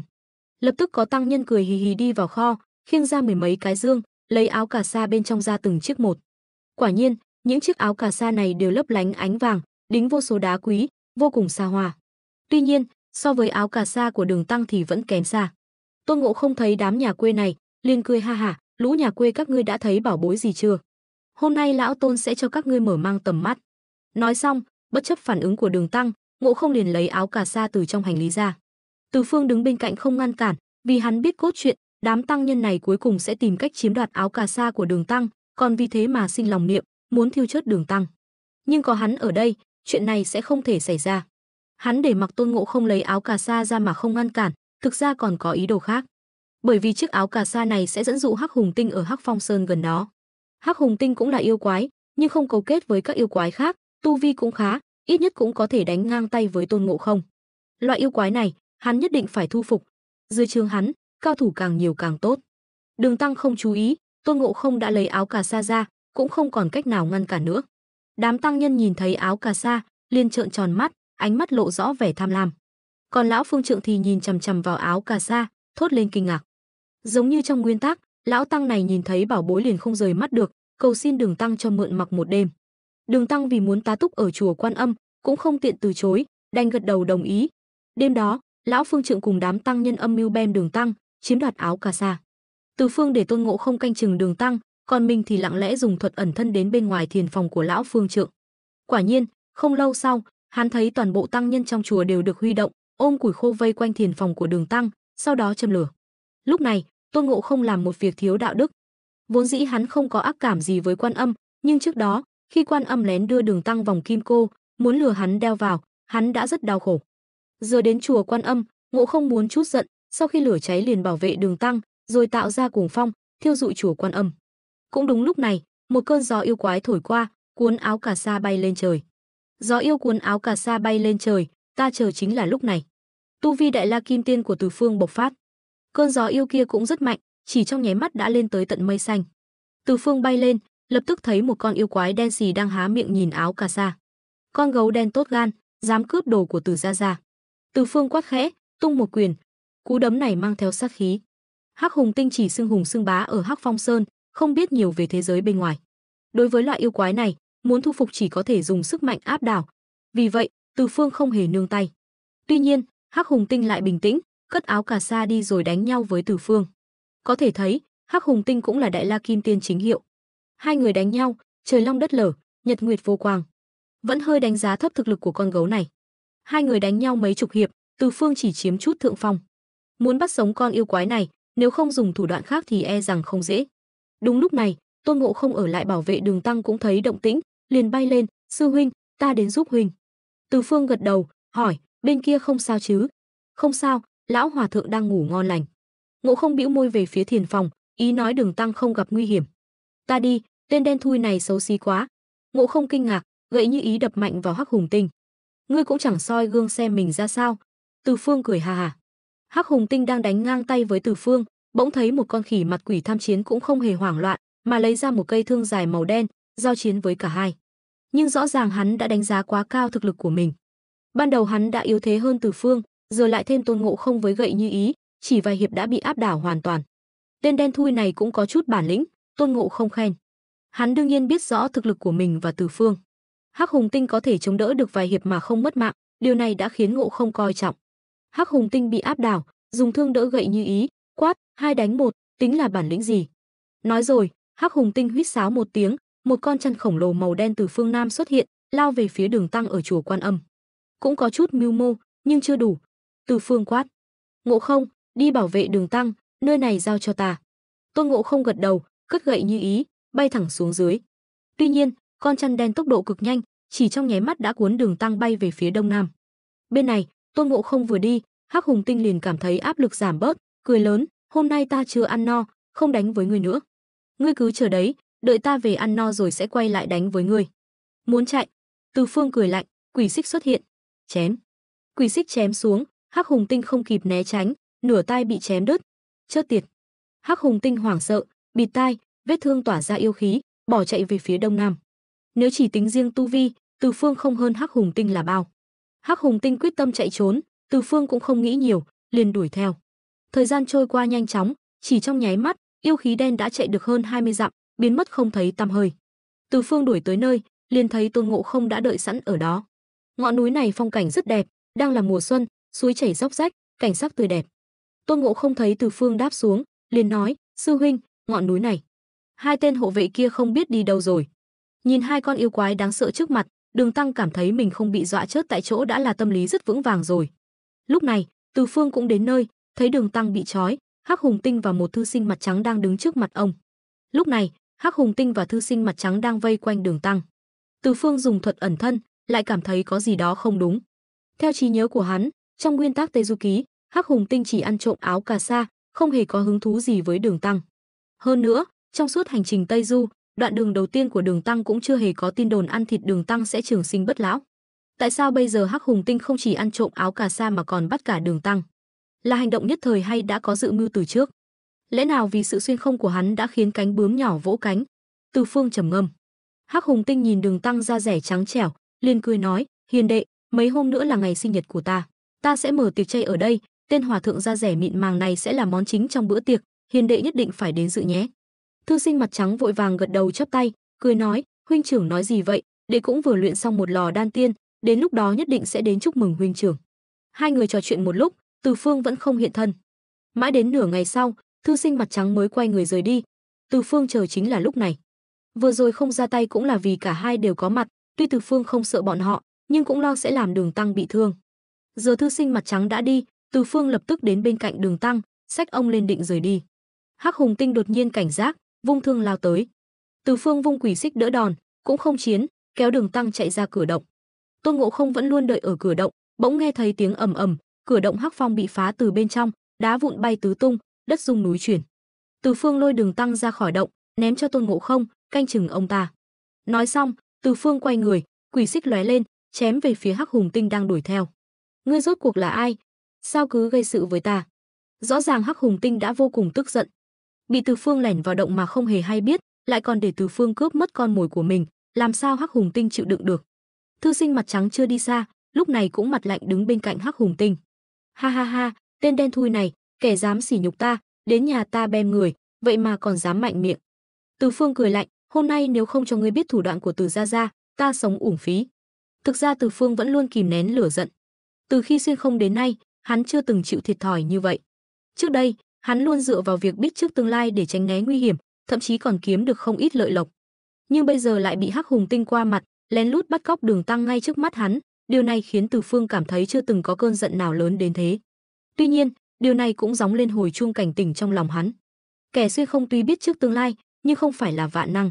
Hắc Hùng Tinh đã chạm đến giới hạn của Từ Phương, dù Từ Phương đánh giá cao thực lực của Hắc Hùng Tinh, nhưng bây giờ hắn không định tha cho hắn nữa. Đây đã trở thành cái gai trong lòng Từ Phương, nhất định phải bem. Dù sao Đường Tăng đã được giao cho Tôn Ngộ Không bảo vệ, sẽ không còn nguy hiểm nữa, nên Từ Phương quyết định dốc toàn lực chiến đấu. Một trận đại chiến sắp bùng nổ. Tôn Ngộ Không thấy Từ Phương một mình chống lại hai người, sốt ruột gãi tai, lao lên đánh chết hai con yêu quái đó. Chỉ tiếc là Đường Tăng đang ở bên cạnh, Ngộ Không vừa lo lắng cho Từ Phương, vừa lo Đường Tăng lại gặp nguy hiểm. Đều tại tên đầu chọc này làm vướng chân lão Tôn. Ngộ Không tức giận quát Đường Tăng. Đường Tăng sắp khóc, ngươi tưởng ta muốn thế này sao? Chẳng phải tại ngươi bảo vệ không tốt nên ta mới bị bắt, giờ lại chút giận lên ta, còn đâu là lẽ phải. Lúc này, Từ Phương đã dốc toàn lực, giao chiến với Hắc Hùng Tinh và thư sinh mặt trắng. 36 phép thiên cang biến hóa được hắn sử dụng thành thạo, đánh cho trời long đất lở, nhật nguyệt đảo điên. Tôn Ngộ Không thấy vậy, cũng lo dư chấn của trận chiến sẽ ảnh hưởng đến Đường Tăng, liền gọi Từ Phương một tiếng, rồi xách Đường Tăng quay về chùa Quan Âm. Chùa Quan Âm giờ đã thành đống đổ nát. Tôn Ngộ Không vung gậy như ý đập xuống đất, dọa đám tăng nhân còn sống sót một trận, rồi để Đường Tăng ở lại đó, sau đó quay lại chiến trường. Tuy hắn tin tưởng thực lực của Từ Phương, nhưng vẫn có chút lo lắng. Lúc này, Hắc Phong Sơn đã không còn là Tiên Sơn động phủ linh khí bức người như trước nữa, vì Từ Phương sử dụng 36 phép thiên cang biến hóa, khiến nơi đây núi lở đất nứt, tan hoang như bãi chiến trường. Từ Phương dốc toàn lực, một mình áp đảo Hắc Hùng Tinh và thư sinh mặt trắng. Khi thấy Tôn Ngộ Không đến, hắn liền nói: "Ngộ Không, ngươi đi đối phó tên chăn tinh kia, tên đen thui này giao cho ta." "Được." Tôn Ngộ Không đáp, vung gậy như ý đập vào đầu thư sinh mặt trắng. Thư sinh mặt trắng tên là Linh Hư Tử, tu vi chỉ là kim tiên, nhờ có Hắc Hùng Tinh giúp đỡ mới có thể miễn cưỡng thoát chết trong tay Từ Phương. Giờ đây, Từ Phương dốc toàn lực đối phó với Hắc Hùng Tinh, Tôn Ngộ Không là Đại La Kim Tiên trực tiếp áp đảo Linh Hư Tử. Gậy như ý giáng xuống, phập một tiếng, đập nát đầu Linh Hư Tử. Sau đó, Tôn Ngộ Không cũng không do dự, xoay gậy như ý, cùng Từ Phương tấn công Hắc Hùng Tinh. Lúc này, Hắc Hùng Tinh mới thực sự hoảng sợ.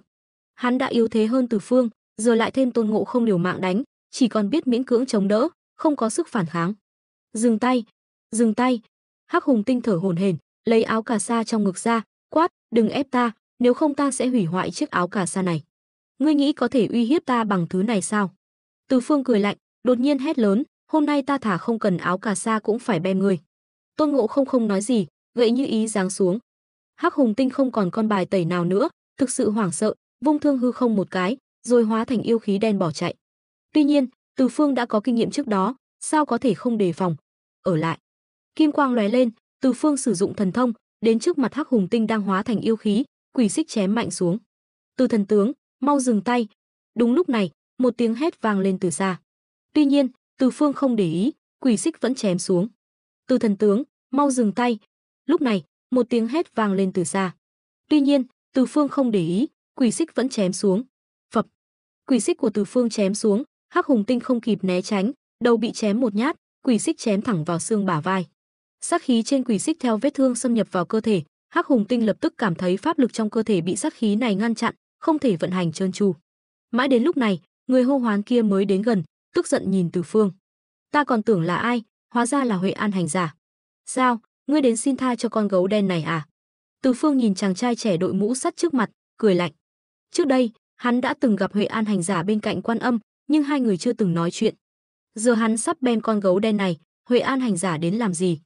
Phải biết rằng trong nguyên tắc, Tôn Ngộ không phải đến Nam Hải cầu kiến Quan Âm mới ra mặt thu phục Hắc Hùng Tinh, còn cho hắn một chiếc vòng kim cô, phong làm sơn thần Lạc Giả Sơn. Từ đầu đến cuối, Quan Âm không hề có ý chủ động. Bây giờ, Huệ An hành giả lại đến đây ra oai. Vừa rồi ngươi không nghe ta nói gì sao? Huệ An hành giả mặt mày tím tái, rõ ràng rất bất mãn với Từ Phương. Tuy nhiên, Từ Phương lại cười ha hả, sau đó không chút do dự, lại chém thêm một nhát vào Hắc Hùng Tinh. Á! Hắc Hùng Tinh đau đớn kêu lên, liên quan gì đến ta? Lúc này, sắc mặt Huệ An hành giả càng khó coi hơn. Từ Phương, ngươi dám ngang nhiên hành hung trước mặt ta? Hắn không thể không tức giận. Trong tam giới này, ai mà không biết hắn Huệ An hành giả là người của Quan Âm Bồ Tát, ai mà dám không nể mặt hắn vài phần. Thế mà bây giờ Từ Phương lại dám làm vậy, chẳng lẽ hắn thật sự cho rằng gia nhập đội ngũ Thỉnh Kinh là có thể xóa bỏ tội lỗi trước đây? Gia nhập đội ngũ Thỉnh Kinh, sau này chính là người của Phật môn, người của Phật môn lại dám vô lễ với hắn như vậy. Hành giả nói sai rồi, Từ Phương cười lạnh, con gấu đen này cướp áo cà sa của ta, bắt cóc Đường Tăng. Nếu ta đến muộn một chút, e rằng Đường Tăng đã bị nó cho vào nồi nấu rồi. Chẳng lẽ ta không thể bem nó? Vừa rồi ta đã bảo ngươi dừng tay. Huệ An hành giả mặt mày tím tái, nói, Hắc Hùng Tinh tu vi không yếu, ta mệnh Quan Âm Bồ Tát đến thu phục yêu quái này, mang về Nam Hải trị tội. Ngươi vậy mà còn dám ra tay, đó là chuyện của ngươi. Từ Phương cười lạnh. Hắn đối với Quan Âm Bồ Tát và những người ở Nam Hải không có chút hảo cảm nào. Không nói đến những kiếp nạn mà Quan Âm cố tình tạo ra cho đội ngũ Thỉnh Kinh, chỉ nói đến việc hắn gặp chùa Quan Âm và Hắc Hùng Tinh lần này. Chùa Quan Âm là chùa trực thuộc của Quan Âm, bên trong lại chứa chấp những kẻ xấu xa, một đám cướp giả dạng tăng nhân, cướp bóc, không có chút từ bi nào. Hơn nữa, chùa Quan Âm nằm ở nơi hoang vắng, vậy mà Kim Trì trưởng lão và những người khác lại sống xa hoa như vậy, hương khách từ đâu mà có? Cộng thêm việc bọn họ liền muốn bem Đường Tăng, chiếm đoạt áo cà sa, chùa Quan Âm rõ ràng là một ổ trộm. Chỉ có lời giải thích này, và đây cũng chính là lý do hắn dám ra tay với Từ Phương. Hừ. Từ Phương hừ lạnh một tiếng, nắm chặt tay, pháp lực hùng hậu đánh vào Hỗn Thiết Côn. Ầm. Pháp lực hùng hậu va chạm với Hỗn Thiết Côn, sóng xung kích tỏa ra bốn phía, san phẳng Hắc Phong Sơn vốn đã tan hoang. Cũng có chút bản lĩnh. Từ Phương hừ lạnh, bay lên trời, quỷ xích trong tay chém mạnh về phía Huệ An. Múa rìu qua mắt thợ. Huệ An hành giả cười lạnh, giật mạnh chuỗi Phật châu trên cổ. Phật châu vỡ tan, trong nháy mắt hóa thành vô số bóng Phật châu, nối liền với nhau tạo thành một màn sáng vàng khổng lồ, chặn quỷ xích của Từ Phương giữa không trung. Tuy nhiên, Từ Phương vẫn không thay đổi động tác, chém thẳng vào màn sáng. Ầm ầm, một đao chém vào màn sáng, tiếng nổ vang trời. Phụt. Huệ An hành giả mặt mày tái mét, màn sáng vỡ tan, hóa thành từng hạt Phật châu rơi xuống đất. Từ Phương, được lắm Từ Phương. Huệ An nghiến răng nghiến lợi, môi run lên. Tuy nhiên, Từ Phương lại đáp xuống bên cạnh Huệ An, đưa tay hút Hắc Hùng Tinh đang bị thương nặng đến trước mặt. Thế nào? Vừa nói, quỷ xích xuất hiện trong tay, đặt trên cổ Hắc Hùng Tinh, từ từ đâm vào. Hắc Hùng Tinh cảm nhận được cơn đau ở cổ, sợ hãi đến mức giọng nói cũng thay đổi. Huệ An hành giả, những năm qua ta vẫn luôn nghe lời ngươi, tu hành Phật pháp, ngươi không thể thấy chết mà không cứu. Chưa nói hết câu, Huệ An đột nhiên ra tay, Hỗn Thiết Côn nhanh như chớp đánh vào đầu Hắc Hùng Tinh. Những lời cần nói, hắn đã nói rồi. Từ Phương thấy Huệ An hành giả diệt khẩu, liền từ từ thu hồi quỷ xích, cười lạnh, chuyện đã đến nước này, ngươi hãy về nói với Quan Âm. Thỉnh Kinh có thể, ta cũng sẽ đảm bảo Đường Tăng bình an vô sự, nhưng loại bẫy dập vụng về này, tốt nhất đừng giở trò nữa. Nói xong, Từ Phương cất áo cà sa, quay sang nói với Tôn Ngộ Không, Ngộ Không, đi thôi. Tôn Ngộ Không gật đầu. Hai người đang định quay về chùa Quan Âm thì Từ Phương lại dừng bước, giọng điệu chế giễu, quên mất một việc. Nhớ nói với Bồ Tát, đám tín đồ ở chùa Quan Âm của bà ấy nên dọn dẹp lại đi, đừng có chứa chấp những kẻ xấu xa như vậy, không chỉ làm bôi nhọ Phật môn mà còn làm mất mặt Quan Âm nữa. Nói xong, Từ Phương cười lớn, cùng Tôn Ngộ Không bay đi. Huệ An hành giả mặt mày tím tái, nhìn chằm chằm vào hướng Từ Phương rời đi, không thèm nhìn xác Hắc Hùng Tinh, dẫm chân một cái, mây lành xuất hiện, bay về Nam Hải. Nam Hải, Lạc Già Sơn, nơi đây là đạo tràng của Quan Âm. Huệ An hành giả tu vi không yếu, chỉ trong chốc lát đã quay về. Khi hắn đến bên cạnh Quan Âm đang giảng đạo cho các đồng tử long nữ trong đạo tràng. Huệ An không nói gì, đứng sau lưng Quan Âm. Hôm nay giảng đạo đến đây thôi, các ngươi tự giải tán, tĩnh tâm tu hành. Quan Âm Bồ Tát thấy Huệ An hành giả một mình trở về, trong lòng đã thấy bất an. Sau khi cho các đồng tử long nữ giải tán, bà mới nhìn Huệ An, chuyến này thế nào? Hắc Hùng Tinh đâu? Huệ An lắc đầu, đệ tử bất tài, Hắc Hùng Tinh đã chết. Nói đến đây, trên mặt Huệ An hiện lên sát khí, mà Từ Phương đúng như Bồ Tát dự đoán, không phải người của chúng ta, lòng dạ khó lường. Hắn biết rõ thân phận của đệ tử, vậy mà vẫn nhất quyết bem Hắc Hùng Tinh. Quan Âm nhìn sắc mặt Huệ An hành giả, hỏi, hai người có giao thủ không? Đệ tử bất tài, đã thua. Huệ An gật đầu, xin Bồ Tát trách phạt. Quan Âm Bồ Tát vung cành dương liễu, dưới nước cam lộ lên người Huệ An, vết thương trên người hắn lập tức biến mất. Từ Phương vốn là người của Ngọc Đế, huấn luyện thiên binh thiên tướng, trước đây cũng có nhiều mâu thuẫn với Phật môn chúng ta. Giờ hắn lại dựng cờ yêu tộc ở Đông Thắng Thần Châu, tuy đã gia nhập đội ngũ Thỉnh Kinh, nhưng không có nghĩa là hắn đã hướng Phật. Chuyện này là ta suy nghĩ không chu toàn. Nghe Quan Âm nói vậy, Huệ An trầm ngâm một lúc, nói, Bồ Tát, theo đệ tử thấy, Từ Phương rõ ràng có mưu đồ khác, sẽ gây trở ngại cho đại kế của Phật môn chúng ta. Đệ tử xin Bồ Tát ra tay, tiêu diệt tên này. Ngươi có thủ oán gì với hắn sao? Quan Âm quay đầu nhìn Huệ An hành giả với vẻ kỳ lạ. Con đường thông thiên không phải ai cũng biết. Quan Âm tuy hiểu, nhưng không thể nói rõ mọi chuyện cho đệ tử của mình. Huệ An đương nhiên không biết nội tình của con đường thông thiên. Bên ngoài đều đồn rằng Từ Phương sau khi tỉnh ngộ, hướng Phật, mới gia nhập đội ngũ Thỉnh Kinh. Vì vậy, Huệ An mới nói như vậy. Nghe Quan Âm hỏi, Huệ An vội vàng nói, đệ tử không có thủ oán gì với hắn. Vậy tại sao ngươi lại muốn hắn chết? Quan Âm an ủi, hơn nữa, Từ Phương thực lực không tồi, nếu biết cách lợi dụng, cũng là một con dao sắc bén. Hiện tại mọi chuyện vẫn chưa rõ ràng. Huệ An còn muốn nói gì nữa, nhưng Quan Âm đã xua tay, chuyện này đến đây thôi. Ngươi hãy ra ngoài Tử Trúc Lâm đón khách, có quý khách đến. Quý khách? Huệ An ngẩn người. Đúng lúc này, một tiếng chó sủa vang lên, mang theo sát khí lạnh lẽo. Cùng lúc đó, một luồng sáng lướt qua, một người đàn ông lạnh lùng, tay cầm tam tiêm đao, đáp xuống Lạc Già Sơn, chĩa thẳng vào Quan Âm. Dương Tiễn, ngươi muốn làm gì? Quan Âm không hề sợ hãi. Huệ An hành giả lại nổi giận, chắn trước mặt Quan Âm, quát lớn. Dương Tiễn cười lạnh, không thèm nhìn Huệ An, nói với Quan Âm, ta đến đây hỏi ngươi. Năm đó sau khi Hồng Hoang vỡ vụn, Nguyên Thủy Thiên Tôn liên thủ với Như Lai Phật Tổ ra tay với người đó, ngươi ở đâu? Nguyên Thủy Thiên Tôn. Huệ An trợn tròn mắt, dường như không thể tin nổi nhìn Dương Tiễn. Theo phân, Dương Tiễn là chất của Nguyên Thủy Thiên Tôn, vậy mà hôm nay lại dám gọi thẳng tên Nguyên Thủy. Dương Tiễn, ngươi quá. Huệ An cầm hỗn thiết côn, giận dữ nhìn Dương Tiễn. Tuy nhiên, Quan Âm lại thản nhiên nói, Huệ An, lui ra. Bồ Tát. Nhìn Huệ An không cam lòng lui xuống, Quan Âm đứng dậy, nhìn Dương Tiễn, nói, năm đó ta không thể thoát thân. Còn ở đâu, ta không có lý do gì phải giải thích với ngươi. Dương Tiễn hừ lạnh một tiếng, có vài chuyện, ta không muốn nói thẳng, ngươi và ta đều hiểu rõ. Nhưng thiên ý như đao, hai chữ phản bội, Bồ Tát hãy ghi nhớ trong lòng. Hừ, phản bội. Quan Âm cười lạnh, ta không hiểu ngươi đang nói gì. Dương Tiễn, Từ Trúc Lâm không chào đón ngươi, mau rời khỏi đây. Ngươi sợ rồi sao? Dương Tiễn nói, có vài chuyện cuối cùng cũng cần một lời giải thích. Nói xong, Dương Tiễn lại nhìn Quan Âm một cái thật sâu, rồi nói, đi thôi. Thiên Khuyển đi theo bên cạnh Dương Tiễn, sủa về phía Quan Âm một tiếng, rồi theo Dương Tiễn rời đi. Luồng sáng lướt qua, giọng nói lạnh lùng của Dương Tiễn vọng lại từ xa, Bồ Tát, chuyện năm xưa đã đến lúc kết thúc rồi. Trận chiến long trời lở đất này, Bồ Tát tốt nhất đừng nhúng tay vào.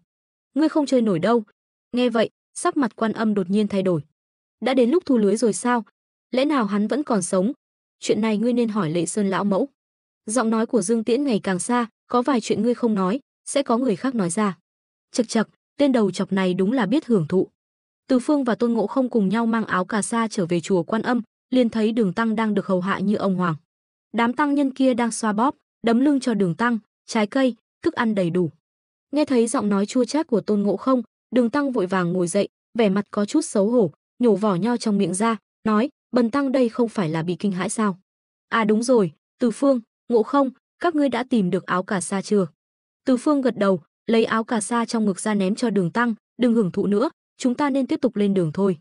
Đường Tăng vội vàng nhận lấy áo cà sa, cẩn thận cầm trong tay, vuốt ve như người tình thất lạc đã lâu. Từ Phương lắc đầu, quay sang nhìn đám tăng nhân kia, "Lão gia tha mạng, lão gia tha mạng." Đám tăng nhân thấy ánh mắt của Từ Phương, liền quỳ sụp xuống đất, cầu xin, "Lão gia tha mạng. Tất cả đều là do lão già kim chỉ kia, không liên quan gì đến chúng tôi. Là hắn tham lam áo cà sa của lão gia nên mới." Từ Phương nhìn chằm chằm vào đám tăng nhân, lạnh lùng nói, "Im miệng. Về sau các ngươi phải làm nhiều việc thiện, không được có sát niệm nữa, nếu không để ta biết được, các ngươi sẽ hồn phi phách tán."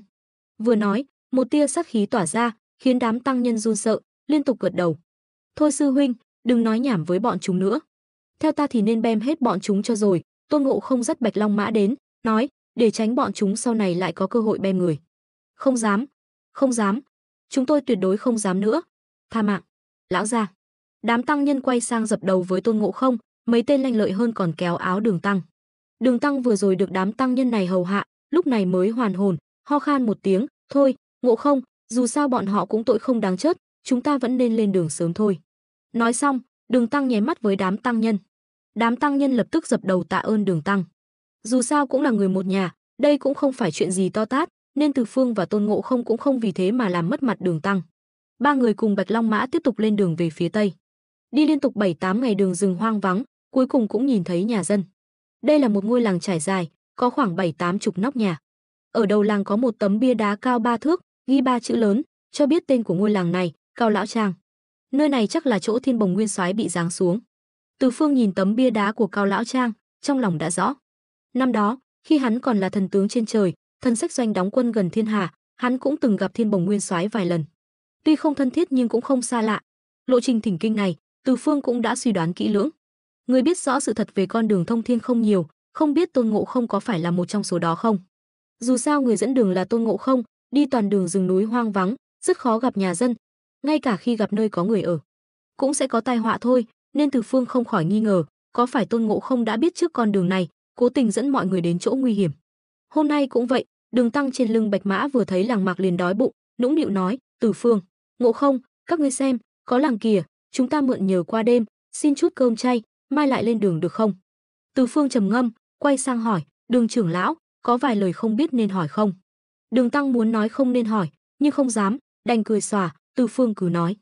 Thế này, Từ Phương cân nhắc, trước đây chúng ta đi đường, phần lớn là vùng hoang vu, chưa từng nghe trưởng lão kêu đói, sao vừa thấy làng mạc, trưởng lão liền muốn nghỉ chân xin ăn. Nói bóng gió là, lão hòa thượng, chẳng lẽ ngươi là đồ tham ăn? Đường Tăng đỏ mặt, vẫn nói, bần tăng không nỡ thấy ngươi và Ngộ Không vất vả xin ăn, nên không mở lời. Nay đã có chỗ trọ, dĩ nhiên tốt hơn ngủ ngoài trời. Từ Phương chỉ trêu chọc, không truy cứu, nói, được, Ngộ Không, các ngươi đợi đây, ta đi xem sao.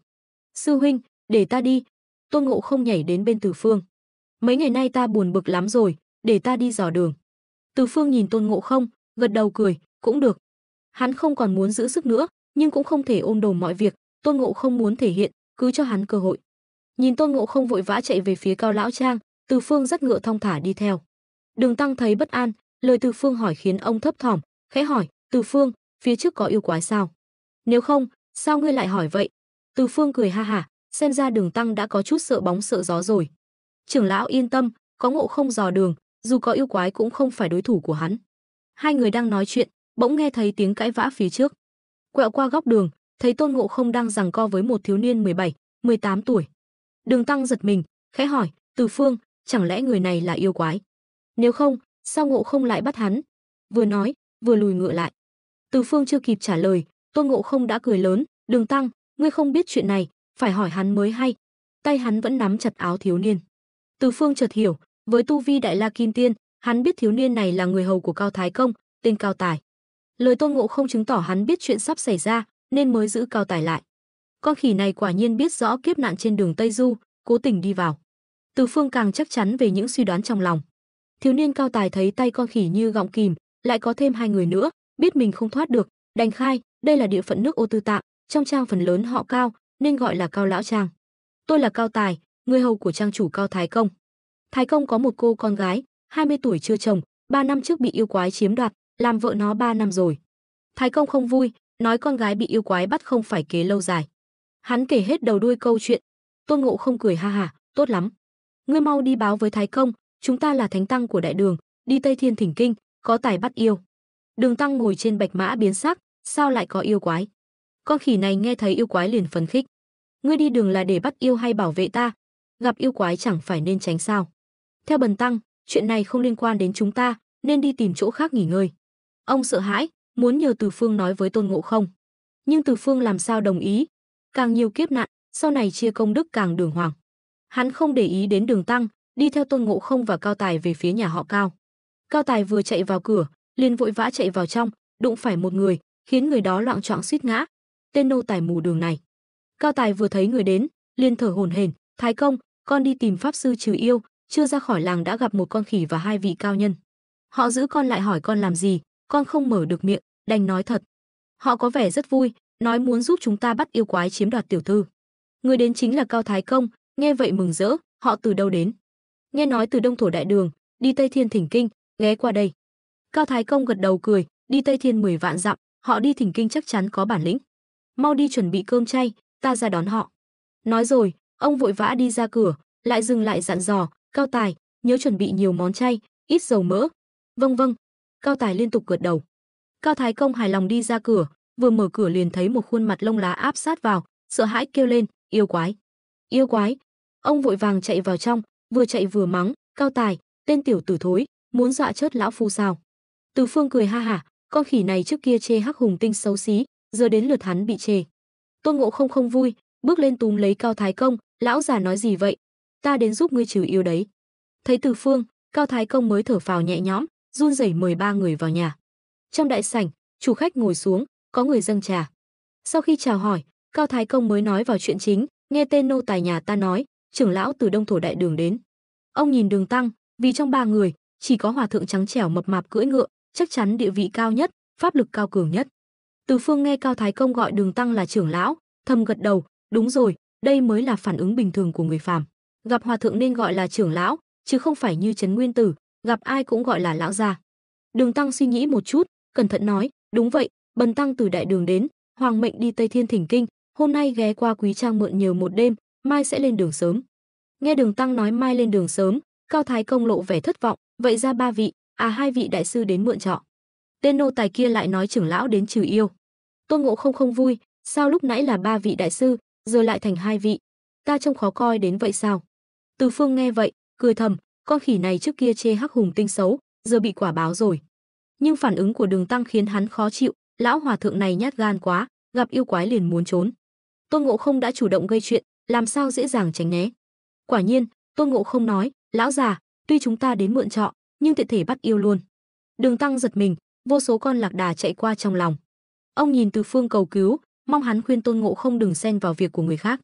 Nhưng lời Từ Phương khiến ông thất vọng, lão thí chủ, phủ đệ ngươi có bao nhiêu yêu quái? Hắn hỏi chỉ để xác nhận cốt truyện Cao lão trang có thay đổi không, vì Hắc Hùng Tinh trong nguyên tắc chỉ trộm cà sa, nhưng do hắn xuyên không, nên cướp luôn Đường Tăng. Ai biết cốt truyện Cao lão trang có biến đổi không? Câu hỏi vô tình này khiến Đường Tăng và Cao Thái Công chớt lặng. Nghe xem, đây là lời người nói sao? Một con yêu quái đã suýt ăn sạch nhà cửa, còn hỏi có bao nhiêu? Thêm vài con nữa, lão phu thắt cổ tự tử cho rồi. Đường Tăng cũng thầm oán trách, Từ Phương và Tôn Ngộ Không đúng là sư huynh đệ, yêu ma người ta tránh còn không kịp, họ lại còn hỏi có bao nhiêu. Có nghĩ đến cảm nhận của người bình thường như ta không? Chuyện là thế này. Cao Thái Công hít sâu một hơi, kể lại tình hình. Giống như nguyên tắc, chuyện kể về Chư Bát Giới 3 năm trước gặp con gái Cao gia, xin ở rể, 3 năm qua cày cấy, làm lụng vất vả. Nhưng cuối cùng Cao Thái Công lại vì lão Chư quá xấu, ăn quá nhiều, muốn đuổi lão ra khỏi nhà, không nhận con rể nữa. Nghĩ mà xem, Chư Bát Giới từng là Thiên Bồng Nguyên Soái, hắn không ngốc, lão già này lợi dụng xong liền muốn đá hắn ra ngoài, tưởng hắn là đồ ngốc sao? Đường Tăng không dám nhận việc này, vội vàng giải thích, Cao thí chủ, 2 vị hộ vệ của Bần Tăng rất có bản lĩnh, thần thông quảng đại, đêm nay cứ để họ ra hậu viện bắt yêu. Ông không nói thẳng mình không làm được, dù sao Từ Phương và Tôn Ngộ Không đều thích bắt yêu, cứ để họ làm. Cao Thái Công gật đầu, lập tức sai Cao Tài dọn cơm chay. Ăn cơm xong, trời đã gần tối. Từ Phương và Tôn Ngộ Không theo Cao Thái Công đến hậu viện, quả nhiên bị một lớp gương chắn lại. Nhưng loại cấm chế này không làm khó được 2 người, họ lách mình vào trong, nhìn qua cửa sổ vào căn gác nhỏ. Một cô gái xinh xắn đang ngồi trong gác, trên giường, trông rất đáng thương, mặt mày tái nhợt, tóc tai rối bời, đang khóc thút thít trong bóng tối. Cao Thúy Lan trông quen quen. Từ Phương nhìn Cao Thúy Lan, hình như đã gặp ở đâu đó. Nghĩ kỹ lại, hắn vỗ đầu, đã hiểu. Hồi Như Lai trấn áp Tôn Ngộ Không, từng mở đại hội An Thiên, thiết tiệc mời các tiên Phật, sai hàng Nga tiên tử dẫn các tiên nữ múa hát. Trong đó có một tiên nữ trông khá giống Cao Thúy Lan, nhưng lúc đó Từ Phương không để ý, chỉ liếc qua loa. Xem ra trong này có chuyện rồi. Đang bàn cách trừ yêu, Đường Tăng lén lút đi theo. Từ Phương, Ngộ Không, nếu bắt yêu, một người là đủ rồi, đừng quên Bần Tăng, đừng quên bảo vệ Bần Tăng. Ông nói nhỏ, liếc nhìn Cao Thái Công, sợ ông nghe thấy, làm hỏng hình tượng cao tăng của mình. Từ Phương nhìn Tôn Ngộ Không, thế nào? Ai bảo vệ Đường trưởng lão? Tên đầu chọc này không ưa ta, ngươi bảo vệ đi. Tôn Ngộ Không xua tay, nói nhỏ, sư huynh, lần trước ngươi ra tay rồi, lần này đến lượt ta. Từ Phương gật đầu, cũng được. Con yêu quái này chắc không tầm thường, cẩn thận. Tôn Ngộ Không không nói gì, trực tiếp vào nhà, biến thành Cao Thúy Lan. Còn Cao Thúy Lan thật thì theo Từ Phương và Đường Tăng về tiền viện. Quả nhiên, nửa đêm, trời đất nổi gió, bóng đêm càng thêm u ám. Từ Phương đứng bên cửa sổ, nhìn đám mây, thấy một bóng người cao lớn vạm vỡ trên tầng mây. Dù cách xa, vẫn thấy yêu quái này có đầu lợn, đúng là Thiên Bồng. Hồi đó Từ Phương dẫn thần sách doanh đóng quân gần Thiên Hà, từng gặp Thiên Bồng vài lần, nên nhận ra. Lúc ở Thiên Đình, Thiên Bồng nguyên soái đã mang hình dáng lợn rừng, hắn vốn là lợn thành tinh, chứ không phải đầu thai nhầm như hắn nói. Hắn nói đầu thai nhầm chỉ là tô vẽ bản thân, ai lại tự nhận mình là lợn. Lão Chư cưỡi mây đến hậu viện Cao lão trang, dây dưa với Tôn Ngộ Không một hồi rồi đánh nhau. Nhưng chỉ vài hiệp, hai bóng người từ hậu viện bay ra, cưỡi mây bay đi. Chắc là lão Chư đã phát hiện ra Tôn Ngộ Không biến hình, nên đuổi theo hắn. Mãi đến khi trời sáng, Tôn Ngộ Không mới cưỡi mây trở về. Đường Tăng dậy sớm, thấy Tôn Ngộ Không về, liền hỏi, Ngộ Không, bắt được yêu quái chưa? Chúng ta không tiện trì hoãn, hôm nay nên lên đường tiếp tục Tây Du. Ông không muốn gây thêm phiền phức. Nhưng Tôn Ngộ Không bực bội nói, yêu quái đó không phải người Trần, là Thiên Bồng nguyên soái trấn giữ Thiên Hà năm xưa, xuống Trần làm yêu. Bị ta vạch trần, hắn liền bỏ chạy. Ta đuổi theo đến núi Phù Lăng, hắn có đồng bọn, đánh nhau với ta suốt đêm không phân thắng bại, ta mới quay về. Nói rồi, hắn nhìn Từ Phương, sư huynh, đồng bọn của hắn hơi khó chơi, ngươi đi với ta. Lão Chư có đồng bọn.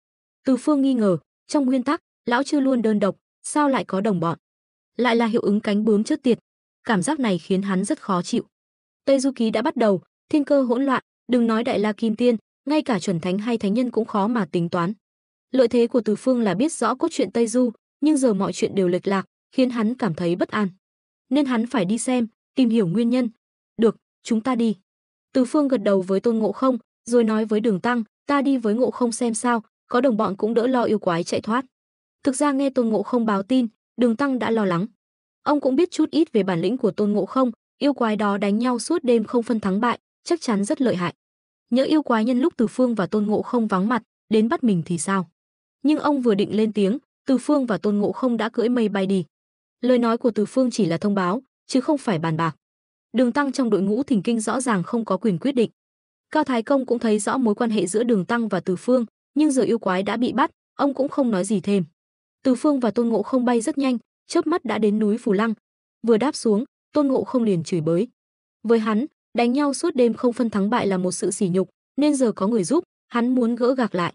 Lão Chư trong động Vân Chiến nghe tiếng chửi, tức giận cầm đinh ba đi ra, đánh nhau với Tôn Ngộ Không. Từ Phương đứng xem một lúc, cuối cùng cũng hiểu tại sao lão Chư đánh ngang tay với Tôn Ngộ Không. Về thực lực, lão Chư cũng là Đại La Kim Tiên, nhưng vẫn kém Tôn Ngộ Không một bậc. Vấn đề nằm ở vũ khí của lão Chư, nhưng nhìn dáng người yểu điệu, có thể chắc chắn đây là nữ.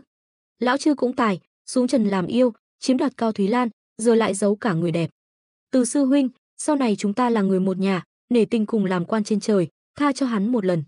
Nghe giọng nói lạnh lùng của Từ Phương, lão Chư quỳ xuống. Hắn là ai mà đáng để ngươi quỳ xuống? Từ Phương càng tò mò, lúc nãy bị Tôn Ngộ Không áp đảo, lão Chư cũng không cầu xin, giờ lại vì người phụ nữ này mà quỳ xuống. Bóng người kia thấy lão Chư quỳ, liền gầm lên, định xông tới. Nhưng lão Chư nhanh tay ôm chặt lấy người đó. Bị lão Chư ôm chặt, bóng người kia không ngừng gầm gừ, nhưng không thoát ra được. Từ sư huynh, nhìn hắn là hiểu. Lão Chư nước mắt lưng tròng, vén mái tóc dài che mặt người kia ra, để lộ khuôn mặt trước mặt Từ Phương. Đây là Cao Thúy Lan. Không đúng, Từ Phương mở to mắt, người này mặt mày tái nhợt, không chút huyết sắc, giữa trán có một vân băng, càng làm khuôn mặt thêm lạnh lẽo. Quan trọng nhất là, người này trông giống hệt Cao Thúy Lan. Cao tiểu thư sao lại ở đây? Tôn Ngộ Không cũng kinh ngạc kêu lên. Sư huynh, Cao tiểu thư không phải ở Cao lão trang sao?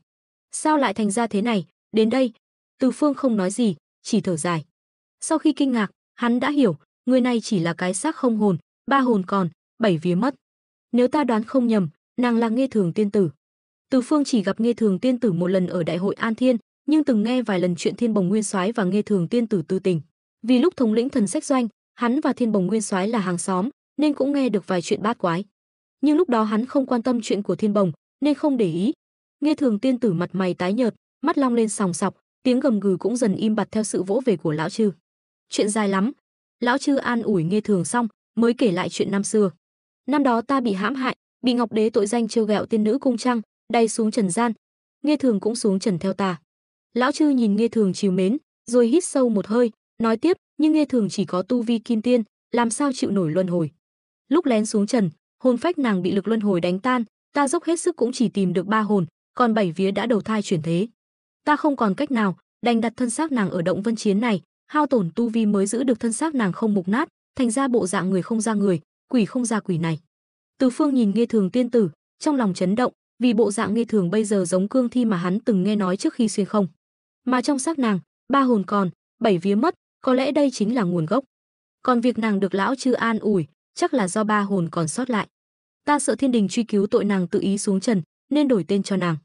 Vì trước khi tu luyện, nàng là rắn hoa thành tinh, nên ta gọi nàng là U Nhi tỷ tỷ. Ở động Vân Chiến này, ta và nàng làm vợ chồng trăm năm. Lão Trư nói tiếp, 3 năm trước, ta vô tình gặp tiểu thư Cao lão trang, biết nàng là kiếp sau của Nghê Thường, nên mới biến hình, đến làm con rể nhà họ Cao. Lời nói của lão Trư đã nói rõ mọi chuyện, khiến Từ Phương hiểu được ngọn ngành. Lão Trư và Nghê Thường là đôi uyên ương khổ mệnh, một người bị tội danh oan uổng đày xuống trần, một người lo lắng cho người yêu tự ý xuống trần, cuối cùng đôi uyên ương không thành. Ngươi xuống trần ở đây, chắc cũng hiểu nhiệm vụ của mình.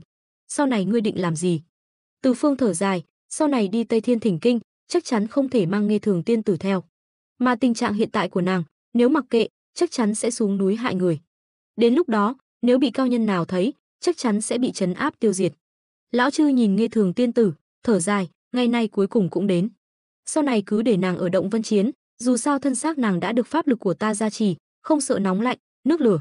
Rồi ta sẽ đặt cấm chế, để nàng không ra ngoài. Thực ra đây là cách tốt nhất. Từ Phương gật đầu, nhìn lão Trư đưa Nghê Thường tiên tử về động Vân Chiến, rồi ra tay đặt cấm chế. Cấm chế vừa đặt xong, núi Phù Lăng liền ẩn mình trong dãy núi, dù có ai vô tình vào núi này, cũng không tìm thấy động Vân Chiến. Mà Nghê Thường tiên tử tu vi không cao, cũng không thể phá cấm chế mà ra ngoài. Thấy lão Trư đặt cấm chế xong, Tôn Ngộ Không liền túm lấy lão Trư, cưỡi mây về Cao lão trang. Từ Phương cũng lập tức cưỡi mây đuổi theo. Ở Cao lão trang, Đường Tăng ngồi niệm kinh, lân trang hạt đã mòn bóng. Trong lòng ông luôn mâu thuẫn với Từ Phương và Tôn Ngộ Không. Một mặt, ông bất mãn với thái độ của hai hộ vệ, khiến ông không có chút tiếng nói nào trong đội ngũ thỉnh kinh. Nhưng mặt khác, ông lại sợ chọc giận hai người, nếu họ bỏ đi, thì thân xác trăm cân này của ông chắc chưa đi được 30 dặm đã bị yêu quái bắt làm thịt. Đời đã khổ thế này, sao còn hành hạ Bần Tăng? Tâm trạng ông càng rối loạn, kinh nghiệm càng nhanh, chàng hạt càng xoay tít. Đúng lúc đó, Tôn Ngộ Không áp giải lão Trư trên mây bay đến. Cao thí chủ, Bần Tăng nói đúng chứ? Hộ vệ của Bần Tăng bản lĩnh cao cường, một con yêu quái nhỏ bé, dễ như trở bàn tay. Đường Tăng mừng rỡ, vênh váo nhìn Cao Thái Công. Lúc này, Cao Thái Công đã nhìn thấu quan hệ giữa Đường Tăng và Từ Phương, nhưng giờ yêu quái đã bị bắt, ông cũng không nói gì thêm. Từ Phương và Tôn Ngộ Không đáp xuống, Tôn Ngộ Không ném lão Trư bị trói như bánh chưng xuống trước mặt Đường Tăng, tên đần độn này, còn không mau bái kiến nhạc phụ và sư phụ. Nói rồi, hắn quay sang Đường Tăng, đầu chọc, tên này là Quan Âm Bồ Tát độ hóa, đợi ở đây để bái ngươi làm sư phụ, bảo vệ ngươi đi Tây Thiên. Lão Trư đang xấu hổ không dám ngẩng đầu, nghe vậy kinh ngạc nhìn Đường Tăng, rồi lại nhìn Từ Phương và Tôn Ngộ Không. Chuyện gì vậy? Quan Âm không phải nói tất cả đệ tử đều bái Đường Tăng làm sư phụ sao? Sao con khỉ này lại gọi Đường Tăng là đầu chọc? Đường Tăng cũng chửi thầm, không biết Quan Âm tìm người là để bảo vệ hay hại mình. Từ Phương và Tôn Ngộ Không đã đủ khiến ông đau đầu, giờ lại thêm một con lợn, làm giảm nhan sắc đội ngũ thỉnh kinh xuống mấy bậc. Còn đứng ngây ra đó làm gì? Mau bái sư. Tôn Ngộ Không nổi hứng nghịch ngợm, hắn vội vàng trói lão Trư đến gặp Đường Tăng cũng vì lý do này. Hồi bị nhốt dưới núi Ngũ Hành, Quan Âm cũng từng nói với hắn phải bái Đường Tăng làm sư phụ. Nhưng sau đó, Tôn Ngộ Không thấy Từ Phương cũng trong đội ngũ thỉnh kinh, liền yên tâm, cùng Từ Phương không bái sư. Nhưng những người gia nhập sau hắn thì không được như vậy. Lão Trư nhất định phải bái sư, nếu không, Tề Thiên Đại Thánh này còn mặt mũi nào? Thấy lão Trư còn do dự, Tôn Ngộ Không lấy gậy như ý gác lên cổ lão, còn chờ gì nữa? Nói rồi, Hắn nhìn Đường Tăng cười toe toét, đầu chọc, ngươi cũng đừng ngây ra, đây là đồ đệ Quan Âm tìm cho ngươi, mau nhận đi. Lão chư không còn cách nào, đành ngượng ngùng tiến lên bái Đường Tăng, gọi là sư phụ. Đường Tăng như nuốt phải ruồi, miễn cưỡng nhận lão chư làm đồ đệ. Tôn Ngộ Không cười ha hả, Từ Phương cũng nhịn cười không được. Con khỉ này muốn xem trò cười của Đường Tăng là một chuyện, còn một chuyện nữa, chắc là vì nhan sắc của hắn trong đội ngũ thỉnh kinh từ bét bảng vọt lên Á quân. Đường Tăng đã nhận lão chư, cũng cố gắng kìm nén cảm xúc, đặt pháp danh cho lão. Giống như nguyên tắc, lão chư được đặt tên là Chư Bát Giới. Cao Thái Công mừng rỡ, ban đầu ông định tìm cách xúi giục Đường Tăng bem con lợn yêu này, ai ngờ nó lại bái Đường Tăng làm sư phụ. Vậy là con lợn yêu này cũng phải đi theo họ. Ông không dám chậm trễ, vội vàng sai người chuẩn bị cơm chay khoản đãi Đường Tăng. Một bàn tiệc mười mấy món, Đường Tăng hài lòng ngồi vào bàn, vừa định ăn, liền thấy Chư Bát Giới há miệng ăn ngấu nghiến. Ông chán nản, trước kia trong đội ngũ thỉnh kinh, Từ Phương và con khỉ kia ít khi ăn uống, nên cơm chay xin được phần lớn vào bụng ông. Giờ lại thêm một con lợn ăn khỏe, còn ăn khỏe hơn cả ông. Sau này chẳng lẽ ông phải sống những ngày ăn không no? Nghĩ đến đây, Đường Tăng muốn khóc, chẳng còn chút ngon miệng nào. Ăn uống xong xuôi, mọi người từ biệt Cao Thái Công, chuẩn bị lên đường Tây Du. Cao Thái Công do dự hồi lâu, cuối cùng lấy ra 100 lạng bạc vụn, định đưa cho đội ngũ thỉnh kinh làm lộ phí. Nhưng chưa kịp mở lời, số bạc đã bị Tôn Ngộ Không vơ lấy. Cao Tài lại đây. Tôn Ngộ Không gọi Cao Tài đang đứng bên cạnh, lúc nãy ta dọa ngươi, lại nhờ ngươi dẫn đường, số bạc này tặng cho ngươi, sau này sống cho tốt. Mắt Cao Tài sáng lên, mừng rỡ vội vàng nhét bạc vào người, khiến Cao Thái Công méo mặt. Lão chư vác hành lý, Cao Thái Công tiễn ra cửa. Mọi người vừa định lên đường, bỗng nghe thấy tiếng gọi từ trong nhà, chậm đã, chậm đã. Nghe thấy tiếng gọi, lão chư liền vứt hành lý, chạy như bay. Mọi người quay lại nhìn, thấy Cao Thúy Lan ôm một chiếc cà sa màu xanh, đưa cho lão chư đang chạy đến. Vừa nãy thấy áo ngươi bị rách, ta liền may cho ngươi một chiếc. Trên đường đi nhớ cẩn thận. Lão chư gật đầu im lặng. Cao Thái Công nhìn cảnh này, nghiến răng ken két, nhưng trước mặt đội ngũ thỉnh kinh, ông không dám nói gì, chỉ quay lưng đi vào nhà. Dù sao con lợn yêu cũng sắp đi rồi, cứ để chúng nói lời tạm biệt. Vừa vào cửa, Cao Thái Công liền túm lấy Cao Tài, tên nô tài này, bảo đâu, mau trả lại đây. Mặt Cao Tài xị xuống. Tôn Ngộ Không thấy lão chư và Cao Thúy Lan lề mề, sốt ruột, liền mặc kệ lão chư, đi dò đường trước. Từ Phương cũng bảo Đường Tăng lên ngựa, rồi quát, lên đường thôi. Nghe thấy giọng Từ Phương, lão chư lưu luyến nắm tay Cao Thúy Lan, đôi mắt lợn nhìn chằm chằm vào khuôn mặt đã nhìn ngắm hàng ngàn năm, nương tử, ta sẽ quay lại. Đợi ta, chàng đi đường cẩn thận, thiếp đợi chàng. Phản ứng của Cao Thúy Lan không hề có chút oán hận hay tủi nhục nào của người con gái bị chiếm đoạt thời này, ngược lại còn rất tình cảm. Điều này cũng bình thường, thời này, nếu Cao Thúy Lan là người con gái trinh tiết, thà chớt không theo, chắc đã tự tử như mẹ Đường Tăng, ân ôn kiều, chứ sao lại để lão chư ức hiếp, chiếm đoạt 3 năm trời. Từ biệt Cao lão trang, cả nhóm cùng Chư Bát Giới lên đường Tây Du. Lão chư đã gia nhập đội ngũ thỉnh kinh, bái Đường Tăng làm sư phụ, ngoài việc ngày ngày nhớ thương Thúy Lan ở Cao lão trang, cũng khá ngoan ngoãn. Cả nhóm đi khoảng nửa năm, cuối cùng cũng ra khỏi địa phận nước Ô Tư Tạng, đến trước một khu rừng rậm. Nhìn khu rừng này, Từ Phương cảm khái, vì hắn từng đến đây. Lúc đó, hắn xuống núi rèn luyện, cảm ngộ hồng trần, từng đột phá lên huyền tiên ở núi này. Đúng vậy, đây chính là núi Phù Đồ mà Từ Phương từng tu luyện. Hồi đó, sau khi tu luyện ở đây, hắn còn quen biết cao nhân ẩn sĩ của Phật môn, Ô Sào Thiền sư. Ô Sào Thiền sư cũng là một trong 10 thái tử Kim Ô của yêu tộc năm xưa, cũng là người duy nhất còn sống sót. Nhưng từ đó về sau, Từ Phương không quay lại đây nữa. Trong nguyên tắc, Ô Sào Thiền sư từng chỉ điểm cho đội ngũ thỉnh kinh ở đây, không biết lần này có gặp lại Ô Sào tiền bối không. Từ Phương vuốt ve hồ lô đỏ trong lòng, năm xưa Ô Sào Thiền sư tặng hắn Trảm Tiên Phi đao, đã giúp hắn rất nhiều. Mà hắn bây giờ là quân sư của yêu tộc, cũng coi như cùng phe với Ô Sào Thiền sư năm xưa.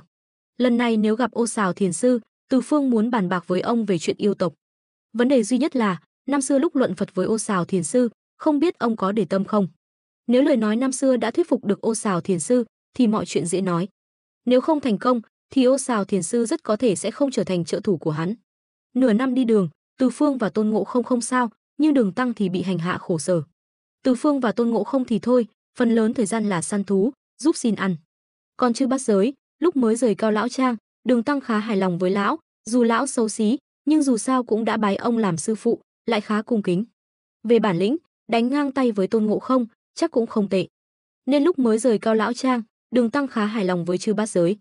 Nhưng thời gian trôi qua, nửa năm sau, sự kiên nhẫn của Đường Tăng với lão chư đã lên đến đỉnh điểm.